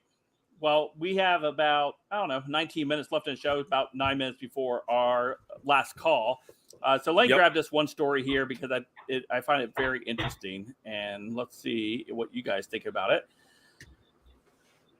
Alex Vidman. Remember this guy, Alexander Vidman? He's the one that was the cause of the first impeachment trial. Yep. Alex Vidman, because he didn't like the way Trump had talked to Zelensky. Well, apparently Alexander Vidman went to Ukraine, the war zone that's out there, and fantasized about Trump in an orange jumpsuit after the FBI raid. So Ukrainian native Lieutenant Colonel Alexander Vidman, he's a U.S. Army retired now, the star witness behind the first failed Trump impeachment. He was a whistleblower, even though nobody wanted to say. You couldn't say he was a whistleblower on YouTube, or you would be kicked off of YouTube. You would be suspended or given a strike during that time, during that impeachment. I remember because I got a strike because of it. Yeah. You spoke the truth too soon, is what often happens with us. Yeah. Yeah. Ahead of the curve. Traveled to his home country this month to offer his expertise to the U.S. and Ukrainian officials in the war against Russia. Notably, Vidman has not said he picked up a weapon to defend the country of his birth. While in Ukraine, Vidman still had fantasies of Trump, fantasies of getting Trump, telling NBC News reporter Josh Lutterman after the FBI raid on Mar-a-Lago home in Palm Beach, Florida, that Trump may end up in an orange jumpsuit over his handling of classified information, even speculating Trump gave nuclear secrets to other countries. This dude is such a pathetic little weasel. I mean, And, 200, 198, 198. 198. What was What's 198? 198 mean? His How much he T weighs? count. his testosterone number. Oh, okay. Come on, keep I was up, you like- guys. I was like, woo, way over my head. No, yeah. I mean, that's This generous, is what you Abby. felt like when I was talking about Yaney and Yeah. What is happening? Total breakdown. Too much Yingling for Abby tonight. Oh so- no. But I mean, this is the thing. Like for any Republican that ever thought there was any credibility to this whole first impeachment Ukraine scandal, I thought it was the dumbest thing that people were out there criticizing Trump from the right, saying, "Well, it wasn't a really good phone call. It kind of looked bad." Instead of going, you know what, this Vindman character is a political hack. The idea that the president of the United States doesn't have the ability to look into the crimes, foreign crimes, of someone who has on camera said that he bribed a whole country to not look into his son's dirty business dealings. I just thought it was crap. So like, nothing surprises me about this, fantastical ideas of this idiot. And his wife is an absolute just drudge. I cannot stand her. Really, I see her on Twitter, and I picture a wine bomb. I picture her drinking out of a store brand wine box, and with cats around her. Is she one of the moms that gets that like punch bowl, and it's like, it's just one glass a day, whole bottle of wine in there, like ha ha ha. Every time she tweets anything about her husband, I always retweet it with her quote tweet saying, "He'll be in jail soon, so you can actively date your boyfriend in the open." Because that low testosterone dude, the 194 or whatever Abby said, isn't doing anything to keep her happy. Let's be honest. Maybe flying to Ukraine made her happy. I don't know. Let's be honest. We all know that Vindman watches. All right. Yeah. From the closet in a Superman suit. Yeah, exactly. Yeah, like he's into it. That's a Rick and Morty reference. If anybody caught that, I got it. It's weird that one of the balls that they're not hiding is that they're like almost sexually into the concept of Trump being arrested. I mean, they're not pretending that's not true. They're aroused by it openly. Yeah, it's pretty gross. It is. I mean, he's literally telling you what he fantasizes about. It is his weird fantasies about Trump are kind of gross. Yeah, Vindman tucks. Yeah, Vindman definitely tucks. He shops at Target. When AOC came out with that whole "if you criticize me, you secretly want to date me" thing, I think that was absolutely projection. Like they really are. I'm gonna shut up. Anyway. Yep. It's all projection, though. You're right. They were jealous of Stormy Daniels, is what Abby's saying. Yes. Yeah, I think so. Yeah, I think so. I mean, this guy just wishes that it was Trump on top of his wife when he's watching from the closet than Steve from down the street. So I don't know. Classic PJ. Had to take it there. Always gotta take it. We need Tom. This is why we need Tom, because Tom would have said something to stop PJ from talking. Yeah, that's true. Oh my goodness, Tom. You're out in the woods. It looks like you got captured by Susan's goons, man. I tell you what, it looks like you were able to rig something up to broadcast tonight. But for real though, I'll get a leftist soft account tweeting at me that my ideas are stupid because I'm conservative, and then the next second they'll be making some sexual comment. It really is, in these minds, just absolutely intertwined. Well, I mean, so being a female on Twitter who's conservative, like, and I've seen this from a lot of my friends, and they've forwarded me these messages before. Mm-hmm. How many of you get rape fantasies sent to you from these leftists? I mean, it happens like. Yeah. I don't mean to be graphic or gross about it, but I mean, rape. Yeah. You said rape, right? You said rape. Rape. No, rape. Fantasy. Rape. No. Right. Rake. Sorry. Right. No, I get. It's interesting. The more often than I get anything that's from somebody who thinks it would be accepted, I don't get like dick pics from people who think that I want it. But what I do get is like, I hope this upsets you. I hope that this makes you really sad. Type stuff. Yeah. It's awful. It really is. It's disgusting. Yeah. Yeah, you guys get the worst run of the internet when you guys are women and conservatives, because I see some of the stuff that other conservative women post on that they receive in DMs. You know, Libs of TikTok, has posted some stuff, and of course some of the other prominent ones, and it's just some of the disgusting. I would never engage with a leftist like that, where I would. Never. Why? You know, I don't even visit leftist videos. I don't visit leftist people on Twitter most of the time. The only time I run into them is in comment sections and other places. A perfect example of this. I like watching. I like playing golf with my son. He and I, we play golf. He's on the golf team, so it's something that we like to do together. And we watched this guy on YouTube called Rick Shields. He's a golf coach, golf expert, right? And he has this. He posted something on his community page the other day. He said, "Good morning, everybody. I'm going to go out and play golf with so and so." And I just simply wrote "Good morning" to Rick in the comment section, right? Minding my own business. Some leftist comes out of left field and starts, calling me mentally retarded for being a conservative, and all the stuff I talk about is complete BS. And I'm like, why? This is a golf page. I've enjoyed golf. And I don't know who deleted his comment, whether it was Rick or maybe he went back and saw that he looked like an idiot and deleted it himself. But I don't know. But I don't go into leftist things and try to find lefties just to sit there and try to dunk on them. It's just I don't do that. It's just dumb. It's weird to me because like the way I've always looked at it is like as someone who's trying to make be a public figure in any way. I've always said like you're open to certain amounts of criticism, like that's fair game.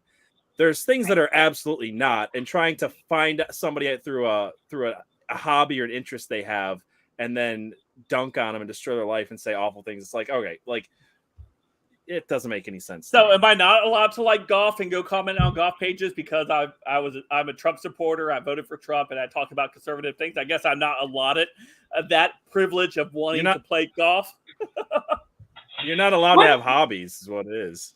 Sports used to be this unifier where regardless of your political view, you could just go and enjoy sports together and it wouldn't matter. We need those areas of life again where we can just agree to all leave it at the door and enjoy something together. Yeah, absolutely. Well, we've reached the 10-minute, which is the last call. So thank you, everybody that has chimed in. And this is the time to answer questions and to give special recognition to those who have donated throughout the show tonight, buying us rounds. And I am empty now, by the way. I should have bought another one. And this is an opportunity for us to read them out loud and just react to them, give you guys a little bit of time for your donations that you've sent our way. So, but Tater and Eggs, I went in and highlighted this one because he was Tater. If you two don't know Tater and Eggs.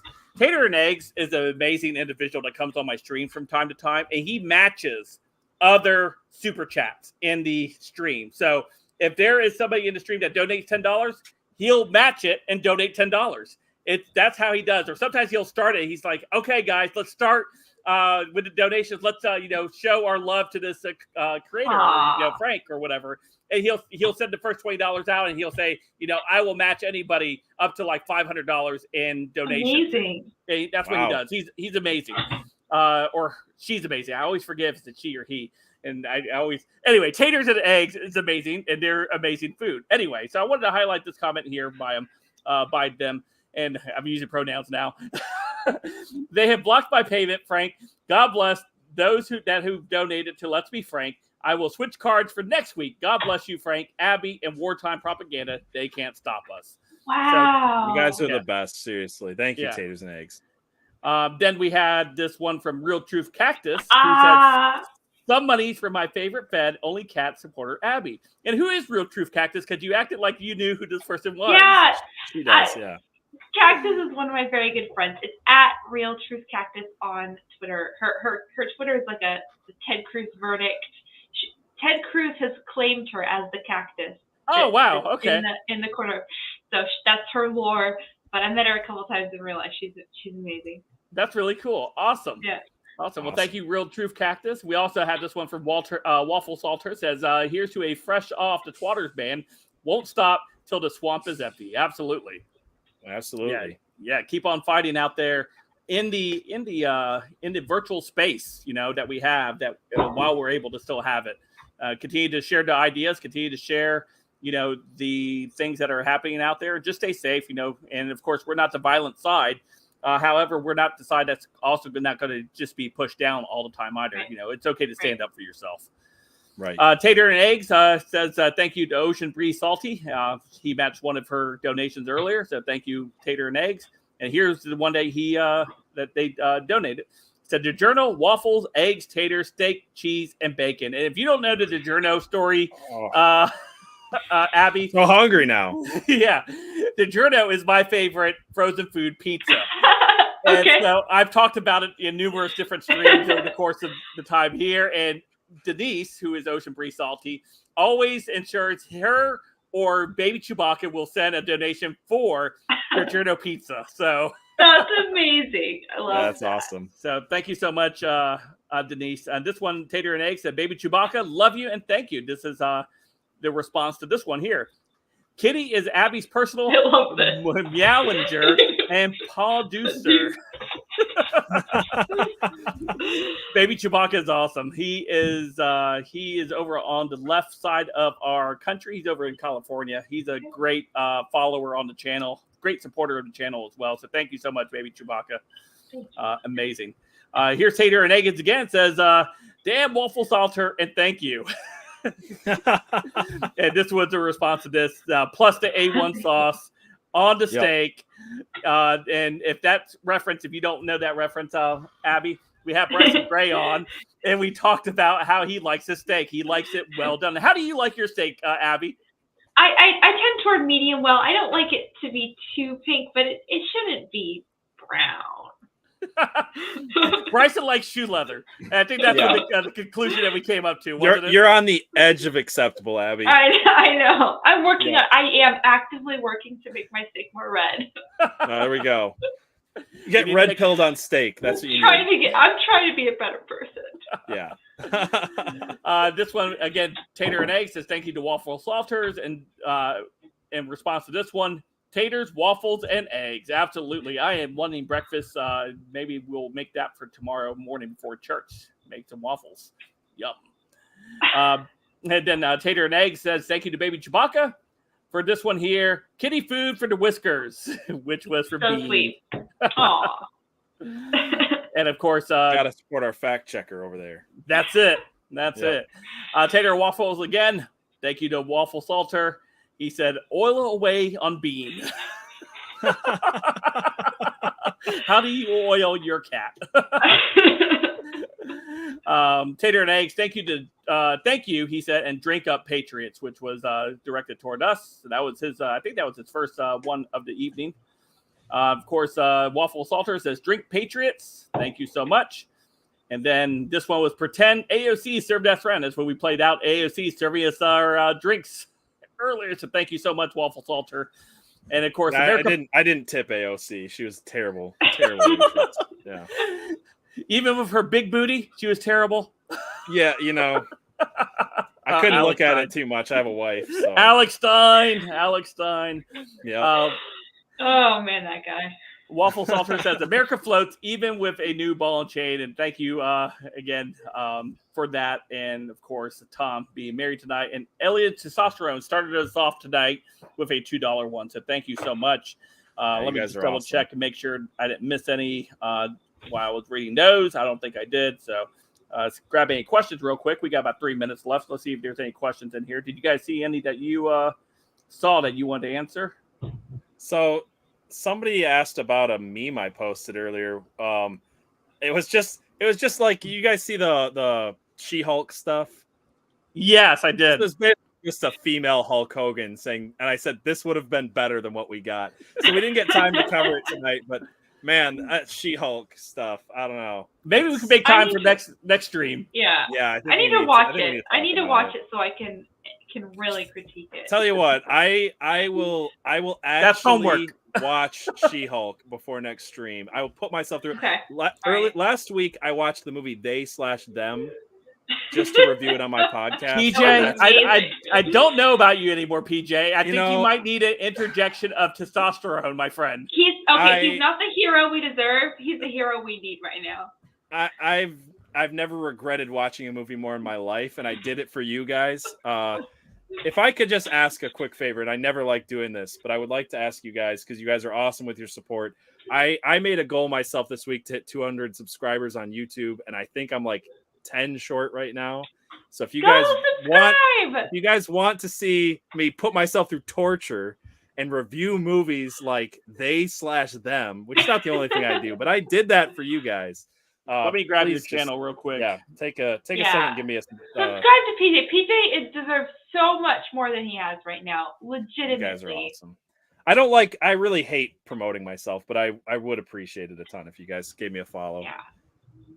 Okay, I grabbed it here. So let me put it in the chat here, copy and paste. Let's paste it in here. Waffle Salter says, watch it so you can downvote it. No, downvote the movie, not my video about the movie. I think I did a good job on that. Come on, you guys. I just wanted to point out to Barracuda had put this one out there. Frank, have you had the moment of silence yet for Brian Potato Head Seltzer? I can't believe we didn't bring that up tonight. Oh my gosh, how did I forget?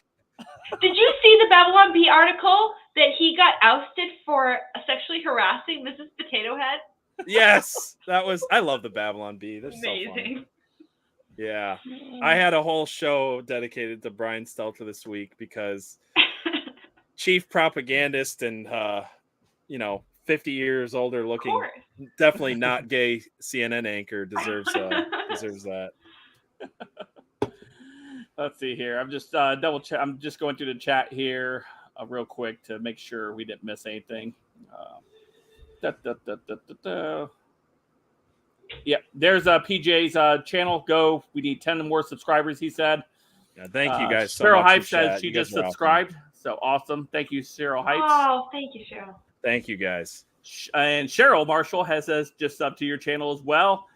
Shirley Unicorn and Waffle Salter has also subscribed. You guys are great. You guys are the best. You guys are the best. You know what? While we're talking about stuff, I think we got 2 minutes left. I think Abby had something she wanted to tell people watching the show. Go right ahead, Abby. You're okay. So pretty soon, PJ and I are going to launch a YouTube channel together. We're going to talk about conspiracy theories and just generally have a good time. So I'm really excited about it. And yeah, I'm excited about it. We're going to make some announcements this week. So if you guys are following us on Twitter and stuff like that, but you're over 200, PJ. Oh, yay. You guys are awesome. Thank you guys so much. So it's a project of mine that I'd started years ago that I really wanted to revive. And I met Abby, and I think she's the perfect co-host to do this project with. So I'm excited to start this new show. We'll announce the name, the artwork, all that stuff this week, and it'll be starting in September. So yeah. And real quick, I know we're just a little over time. I need to make an announcement as well. Abby has filled our 4th chair. So she will be with us regularly moving forward here on in the future. So there will be times where it's all 4 of us and with a guest. I think Abby was a fantastic addition, especially with her own fact checker Bean joining us. So 2 for 1 on that. Yeah, 2 for 1 on that one. Yeah. So it's amazing. So I just wanted to officially welcome her to the Pubcast lineup. So thank you, Abby, for joining us. And she will be a fantastic addition moving forward. So I'm very excited about that. Excited to have you, Abby. Thank you so much, you guys. It's been a wonderful welcome. I had no idea this. As Tom would say, or no, I think as Frank would say, you make a great panelist for a woman. For a woman, I'll take it. She broke the glass ceiling last week. And I was like, well, she broke it. Might as well go ahead and bring her on. Come on. Yep. No need to put that glass ceiling back up. It's too expensive in this economy. Waffle Salter says, "Whoop, more oil for the cats." Thank you so much. So with all that being said, we appreciate all of you guys tonight. Thank you for coming out and supporting the Last American Pubcast. We'll be here next Saturday again, 7 p.m. to 9 p.m. Every single Saturday. I believe I won't be here next Saturday leading the pub, but PJ will be taking up the mantle, and we know what happens when PJ takes charge. All kinds of technical difficulties. Yeah, I'll be at home next time, not in a camper at my dad's house. It looks like with a you've been laptop. kidnapped, PJ. It really does. Look, Susan Wojcicki had some issues. We're working them out. He's in a camper. Yeah. So, do you want to tell who our guests are next week? So we're gonna have Katie Zed next week, a good friend of mine. She's been on the Wartime Propaganda 3 times now. She's really awesome. She does a true crime show, and she's a great conservative voice. And then we're gonna have Cam Harless, who you guys might remember from his appearance on Tucker Carlson, who I also had on my show this week. And that video is not up if you go to my YouTube channel, because YouTube took that down for some reason. You know what? My fault. It's because he was broadcasting for the Gulag in YouTube. Yeah, it was. But Cam was an absolute great guest, and I'm very excited to have them both on next week. They're a lot of fun to talk to. So we'll have will be Abby and PJ will be the lead chairs in that one next week. So you guys will have a great time with them too. I'm actually celebrating my son's birthday. Well, we celebrated his birthday, but we're actually having a party this next coming weekend. So we're excited about that. And Tom will still be Slacker. Tom will be on his honeymoon. He can't call in from his honeymoon. Can't call in from the honeymoon. Yeah. And so in the first week of September, we should all be back. So it'll be all 4 of us, and we'll have the Cajun Libertarian joining us on that first Saturday.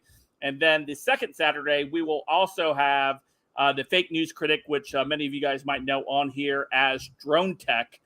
He will be joining us on the second Saturday of September. So we got a lot of great individuals coming up, a lot of great people to talk about. So I'm very excited. And again, if you guys have anybody that you guys want to hear from us or have us talk to or have on the show, please follow us over on Twitter. Start these campaigns going, because you don't know until you reach out to them on Twitter. And a lot of times they say yes. I recently reached out to Tony Bruno. If you guys don't know who that is, he's a legend sportscaster, and he has expressed interest before on coming on one of these podcasts. Awesome. So I continue to try to get him to come on. That would be fantastic if we can. But that's how we got the Cajun Libertarian to come on. We added him, and he said, heck yeah, and we did a bunch of retweets and stuff. So that's how we do it. And if you guys want to find all of us up, you can find me here on my YouTube channel at Let's Be Frank. You can also find PJ over on his channel, PJ Williams. And, of course, you can find Abby Libby over on the Twatters, over on Twitter at Abby. Abby the Lib with 2 B's and an underscore. All right. Hoping that will make it past the Twitter censor. They're like, it says Lib in there. Totally liberal. Smart move. All right. Can't ban me if I'm one of you guys. Yep. So anyhow, so that's where you'll find all of us. Don't forget to check out the Last American Pubcast for the shorter segments that will be uploaded throughout the week before next week's show. PJ does a wonderful job in those segments, cutting them up. And outside of that, I hope to see you guys. Well, I won't see you guys next Saturday. These 2 will. We will. Yep. So thank you so much for the support and all of the fun that we had. Make sure you tip the bartender, but not AOC on the way out. All right, guys. Let's go ahead and get out of here and have a great evening, everybody. Let's head out the outro. Good night, everybody. Good night. Bye.